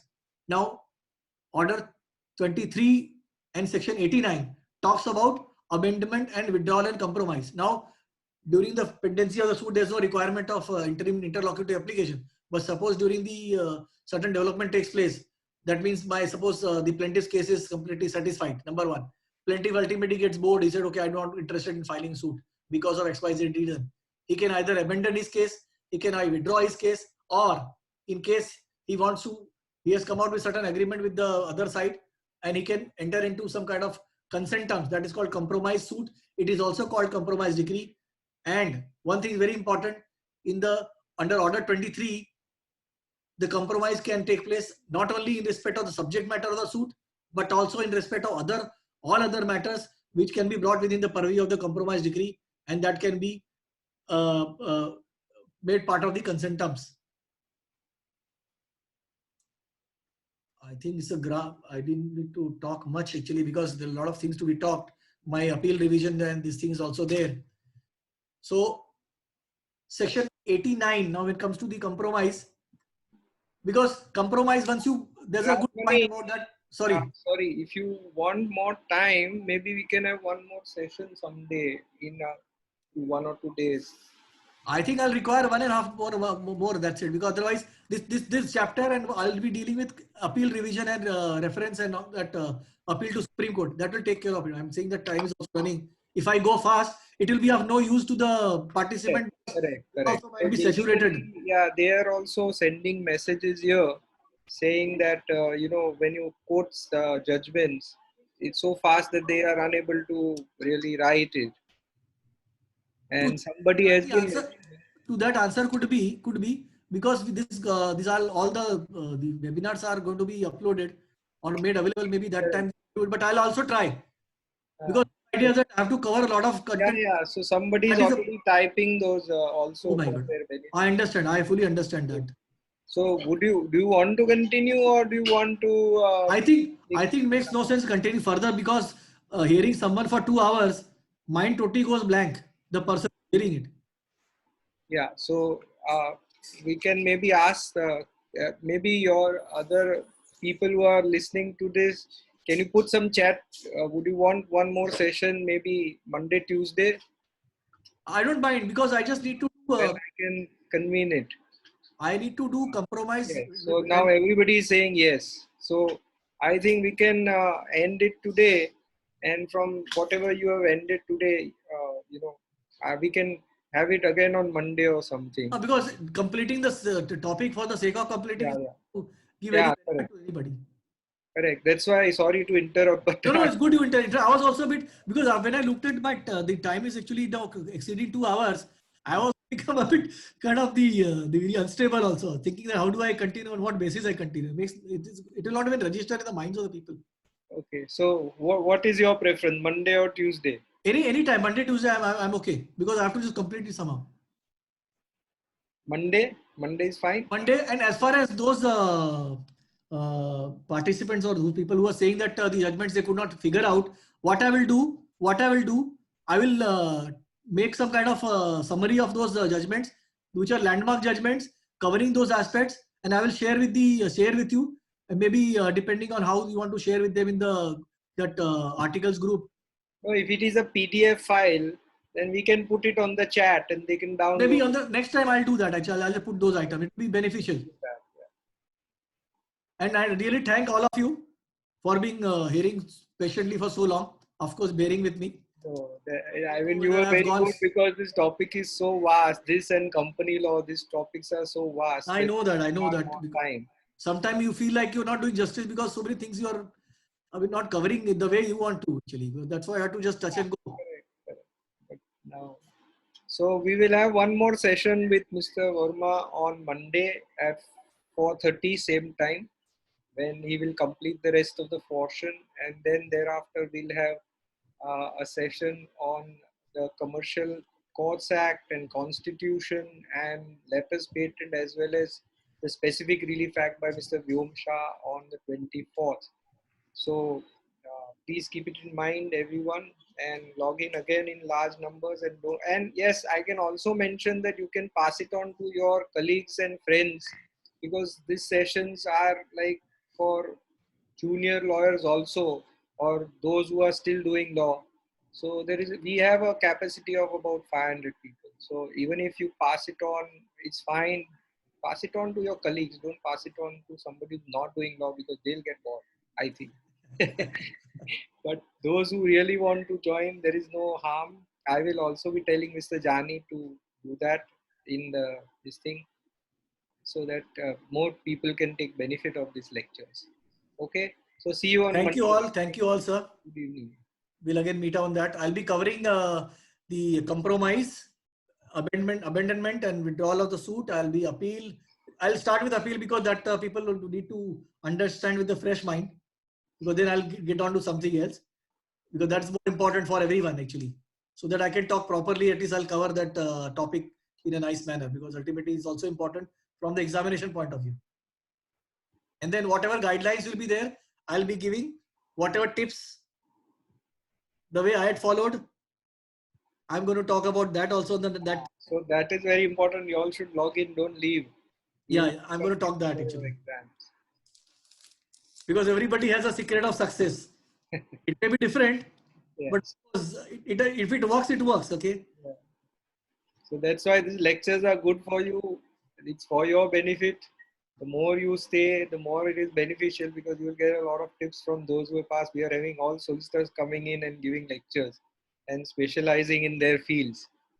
A lot of other topics are coming. We are covering practically everything. Somebody has sent me an email saying, "Oh, can you have a lecture on SEBI regulations?" Yes, we are having on SEBI regulations also separate lectures on separate regulations. We are having company law also. There are going to be 2, 3. We are having a lot of lectures on each and every subject and topic, practically It's covering for the first time everything it's happening, in sir. the syllabus. So it will benefit all of you. Okay. Chalo. We'll see you on Monday. Thank you. Thank you, Thank Raj. you, sir. Thank you, and all of you. Wish you a good weekend. Yeah. Obviously, whatever it is. Every week is like same thing. Solar eclipse tomorrow. All right, sir. Okay. Thank you so much.